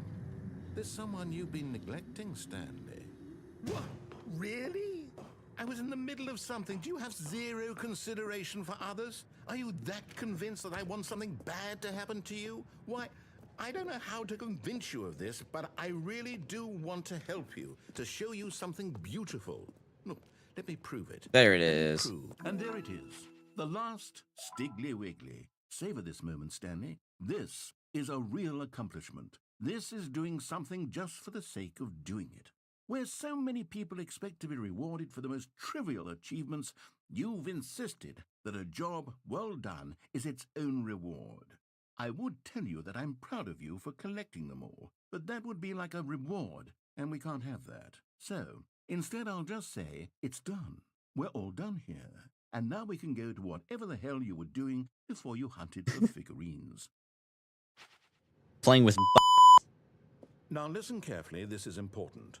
Stanley walked through the red door. No, I'll do it this time. I didn't do it last time, I'll do it this time. Oh, thank God you are willing to listen to me. Do you see that I really have wanted you to be happy all this time? The problem is all these choices. The two of us always trying to get somewhere that isn't here. Running and running and running, just the way you're doing right now. Don't you see that it's killing us, Stanley? I wanted to stop. We would both be so much happier if we just stopped. And I think I have a solution. Here, let me show you.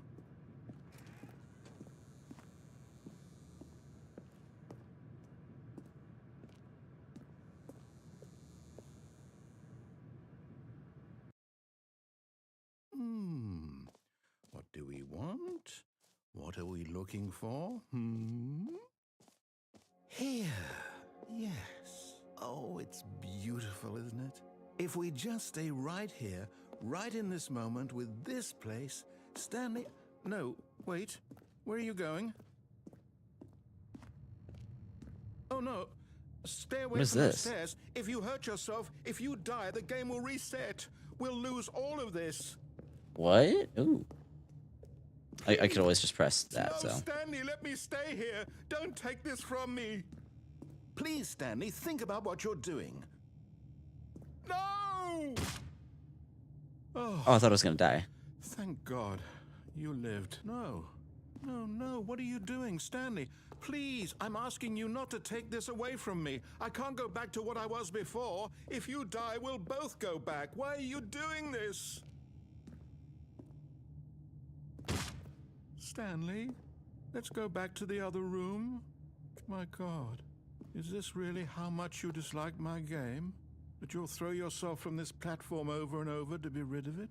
You are literally willing to kill yourself to keep me from being happy. Am I reading the situation correctly?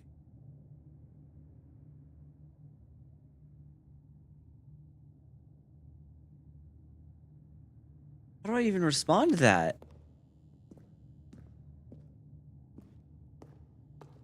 This isn't even fun anymore. This is just sad.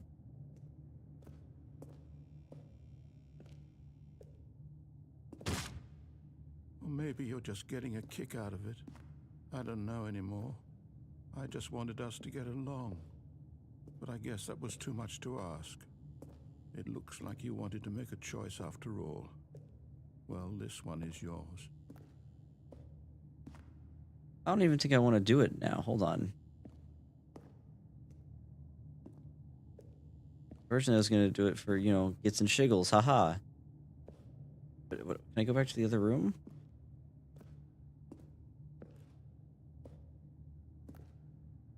Please tell me I can go back to the other room. As if nothing happened. Do you actually want to stay alive? Or are you just teasing me?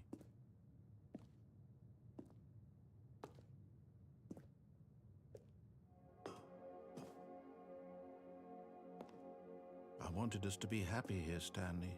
I really did. I wish I still thought that was possible.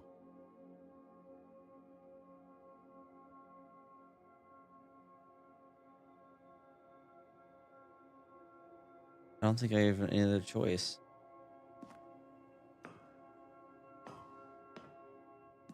This is just sad now.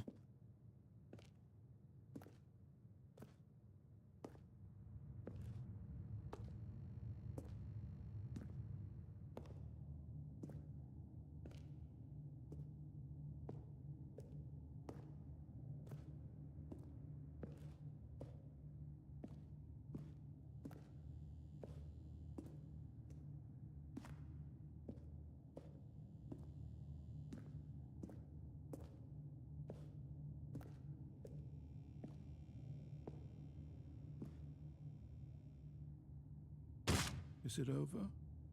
It's going to restart, isn't it? I'm going back.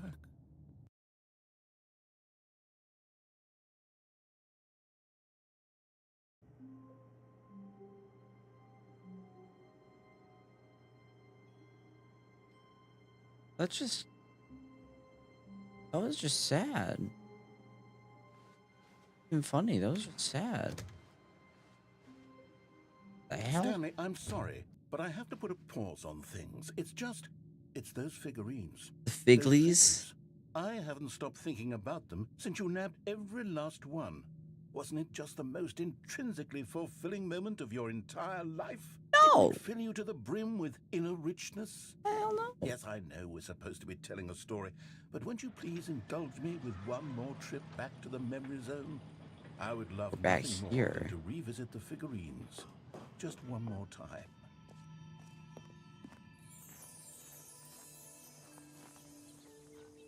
Oh, now it's now remembering when Stanley found the collectibles.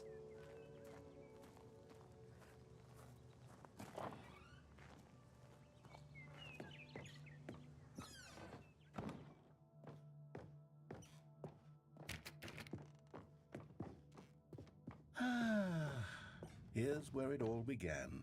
The first collectible. Back then, we had no idea of how many of them we'd find. Sure, it said 6 right there on the screen, but how could we know for certain? We were so innocent. We'll never be like that again, Stanley.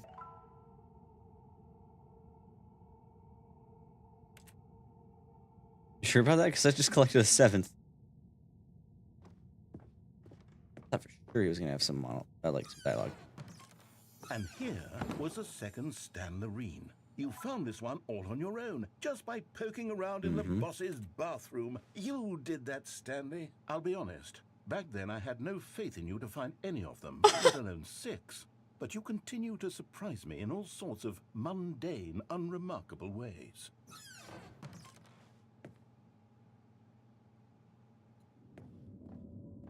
Okay, let's do a little quiz.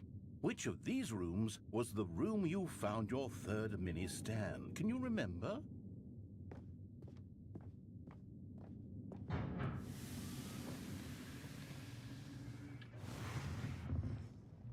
Hey, that's exactly right. It was here, behind the boss's office. It was the third one. You picked it up, and then after that, you had 3 of them. That's how math I'm works. glad these moments are so crystal clear in your memory, but I shouldn't be surprised. Are you seriously plugging yourself in my chat, Monium? Forget your third time doing anything. Just because I listen to your album on repeat does not mean you get to Let's see. plug What's yourself next? in my stream. Oh yes, we found a figly in this pink room. Oh, well, I can't actually say I remember being in this room, but it's here in the memory zone, so it must have happened. This is not where I found it. It's just you, Moni Music. I am allowed to introduce myself. You know what? No, you're not. You can introduce yourself with your real name. This was the 5th mini-stand, and this one was really something special. It was in the warehouse. I remember it so clearly. In fact, because this one is particularly special to me, I made a little video to commemorate the occasion. Oh, yes, Enjoy. a hater.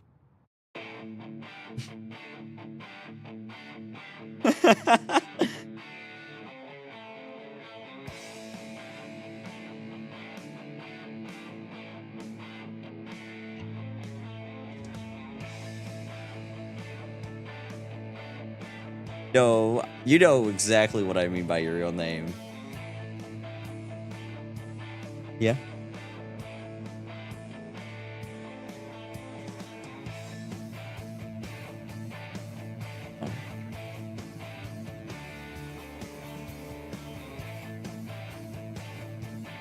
Love you too.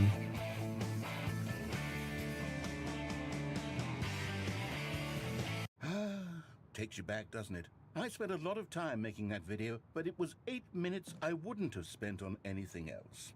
8 minutes. I love you too, Monium. I'm not gonna out you in front of everyone.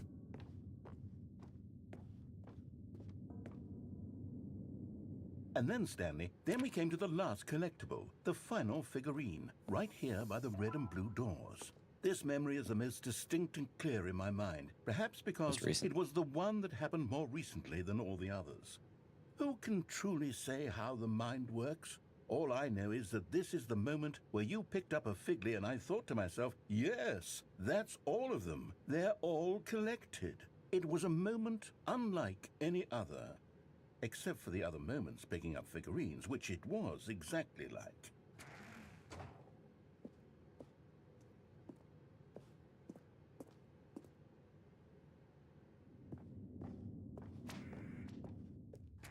And then there was no more, because we've caught up to the present moment. Nothing left to do but move onward into the future. Goodbye, Memory Zone. Okay. No, I'm not done. I'm not ready to move on. Stop the loading screen. Isn't there some way we can stay here, keep enjoying these figurines? Let's just go backwards. We'll do the memory zone again from the opposite direction. See how that feels. Okay, yes, the room with the red and blue doors. I remember this. I must say, of all the figurines we looked at in our initial tour of the memory zone, this one is the most distinct and clear in my mind. Let's keep going, I want more. And here's where I made that video. Don't you remember the video we watched?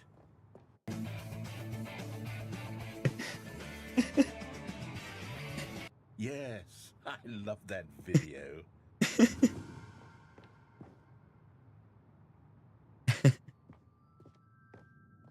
Still don't remember the pink room, Stanley. Still no memory of this one. Good room, though. A solid room. These really were a treat to hunt down. You know, if there had been any kind of reward for finding all of these, it really would have neutered the intrinsic joy of collecting them. I'm very glad we resisted the temptation. Next one.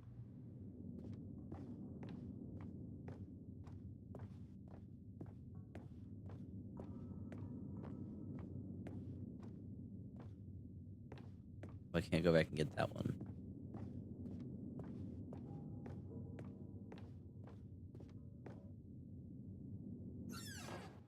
This was our second Figly. Don't you remember? Yes, I remember it too.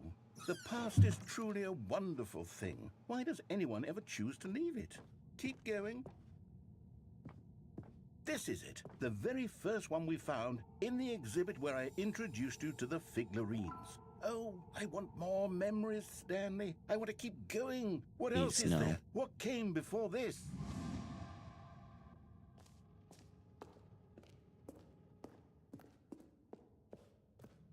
This isn't right. This is the jump circle. I have no Look, jumps it's in. the terrible new content that we were originally sold on. I remember hating it back then, but time does put a rosy filter on everything. In fact, I dare say I'm actually quite fond of it now. Oh, yes, the two doors. Who could have forgotten that? A classic memory, this one.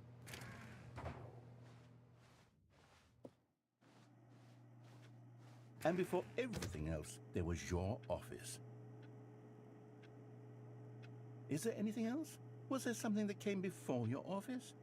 There's something I feel I can remember. I can remember. Bucket. Yes, I'm remembering something now. I remember before this whole story got started. Back then I was different. I used to make big decisions. I was passionate. I was skeptical. I weighed each decision with profound thoughtfulness. And then somewhere along the way, I stopped making decisions. I became lazy, and I came up with a character named Stanley to do my thinking for me. He would make the decisions, he would decide which way to go. I would cheer him on as he collected figurines for no reason. Why did I invent Stanley? Was I lonely? Yes, perhaps that's Oh, it. so the narrator's Perhaps I just needed to God. imagine I had companionship. And Stanley really did make for a wonderful companion, even if he was a fiction. But I suppose it's grown old. I want to think for myself again. I want to go back to how it used to be. Yes, I can be on my own again. I can do it. I'll be stronger this time. I'll take care of myself. I don't need Stanley anymore. Oh, but he truly was so much fun to play with. You know what? Since we're in the memory zone, how about one more good memory? Let's go back just once and give Stanley one more run of the office, and then I'll retire him for good. I did enjoy telling his story so very much. Okay, here we go. This is the story of a man named Stanley.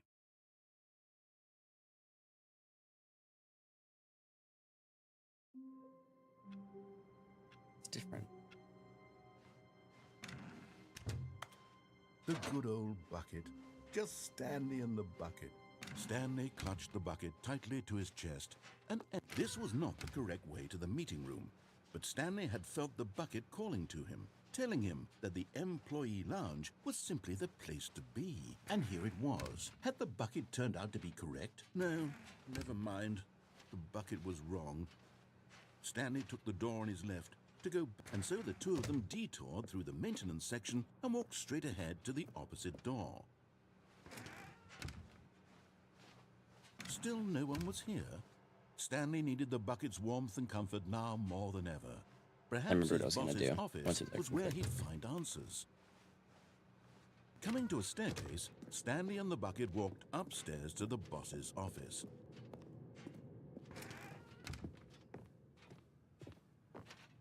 Stepping in.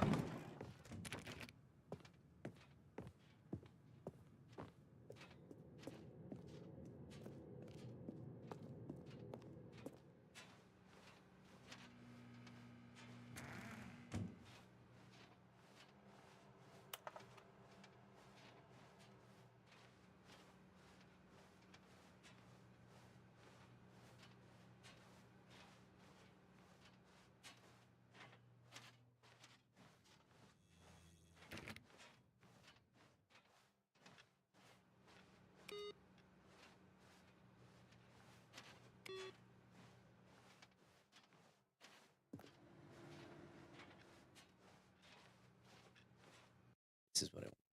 Bucket.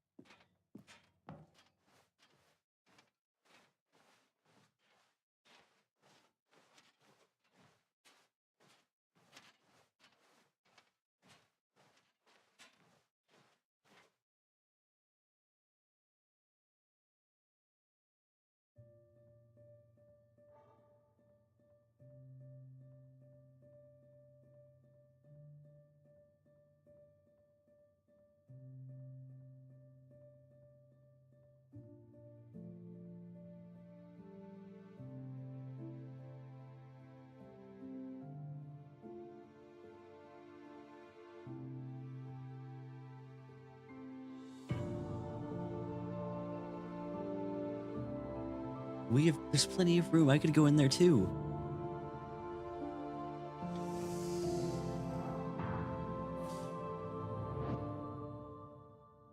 Sacrifice.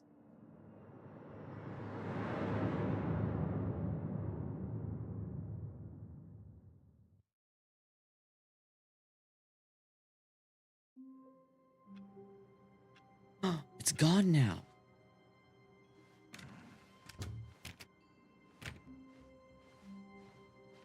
When Stanley came to a set of 2 open doors, he entered the door on his left. Now if I just do the normal story, will something happen? Yet there was Reboot not a game single person. entirely. Okay.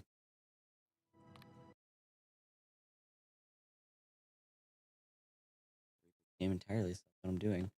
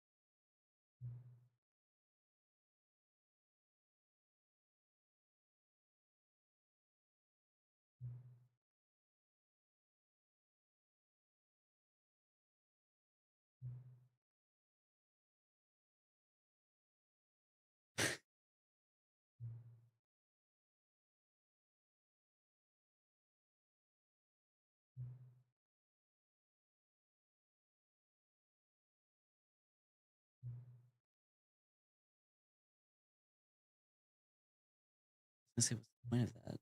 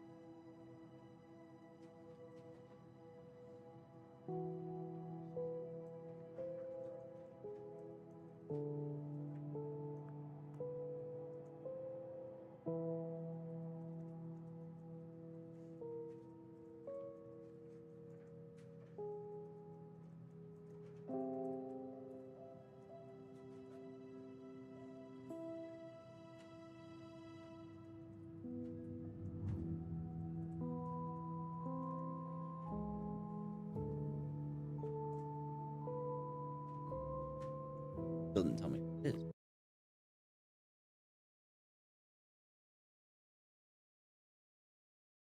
This is the story of a man named Stanley. I'm not gonna skip it. Stanley There's a- worked for a there's a company reason in I a had to do big that. building where he was employee number 427. Employee number 427's job was simple. He sat at his desk in room 427 and he pushed buttons on a keyboard. Orders came to him through a monitor on his desk, telling him what buttons to push, how long to push them, and in what order. This is what employee 427 did every day of every month of every year. And although others might have considered it soul-rending, Stanley relished every moment that the orders came in, as though he had been made exactly for this job. And Stanley was happy. And then one day, something very peculiar happened. Something that would forever change Stanley. Something he would never quite forget. He had been at his desk for nearly an hour when he realized that not one single order had arrived on the monitor for him to follow. No one had showed up to give him instructions, call a meeting, or even say hi. Never in all his years at the company had this happened, this complete isolation. Something was very clearly wrong. Shocked, frozen solid, Stanley found himself unable to move for the longest time. But as he came to his wits and regained his senses, he got up from his desk and stepped out of his office. The game and then started again. All of his co-workers were gone. What could it mean? Stanley decided to go to the meeting room. Perhaps... Where are we going today? The bucket asked. Stanley just smiled. Anywhere they went together would... Stanley clutched the bucket tightly to his chest and entered the door on his left.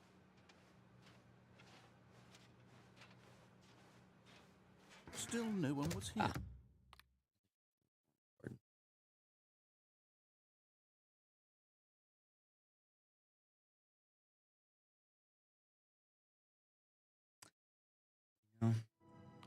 I think I've had enough Stanley Parable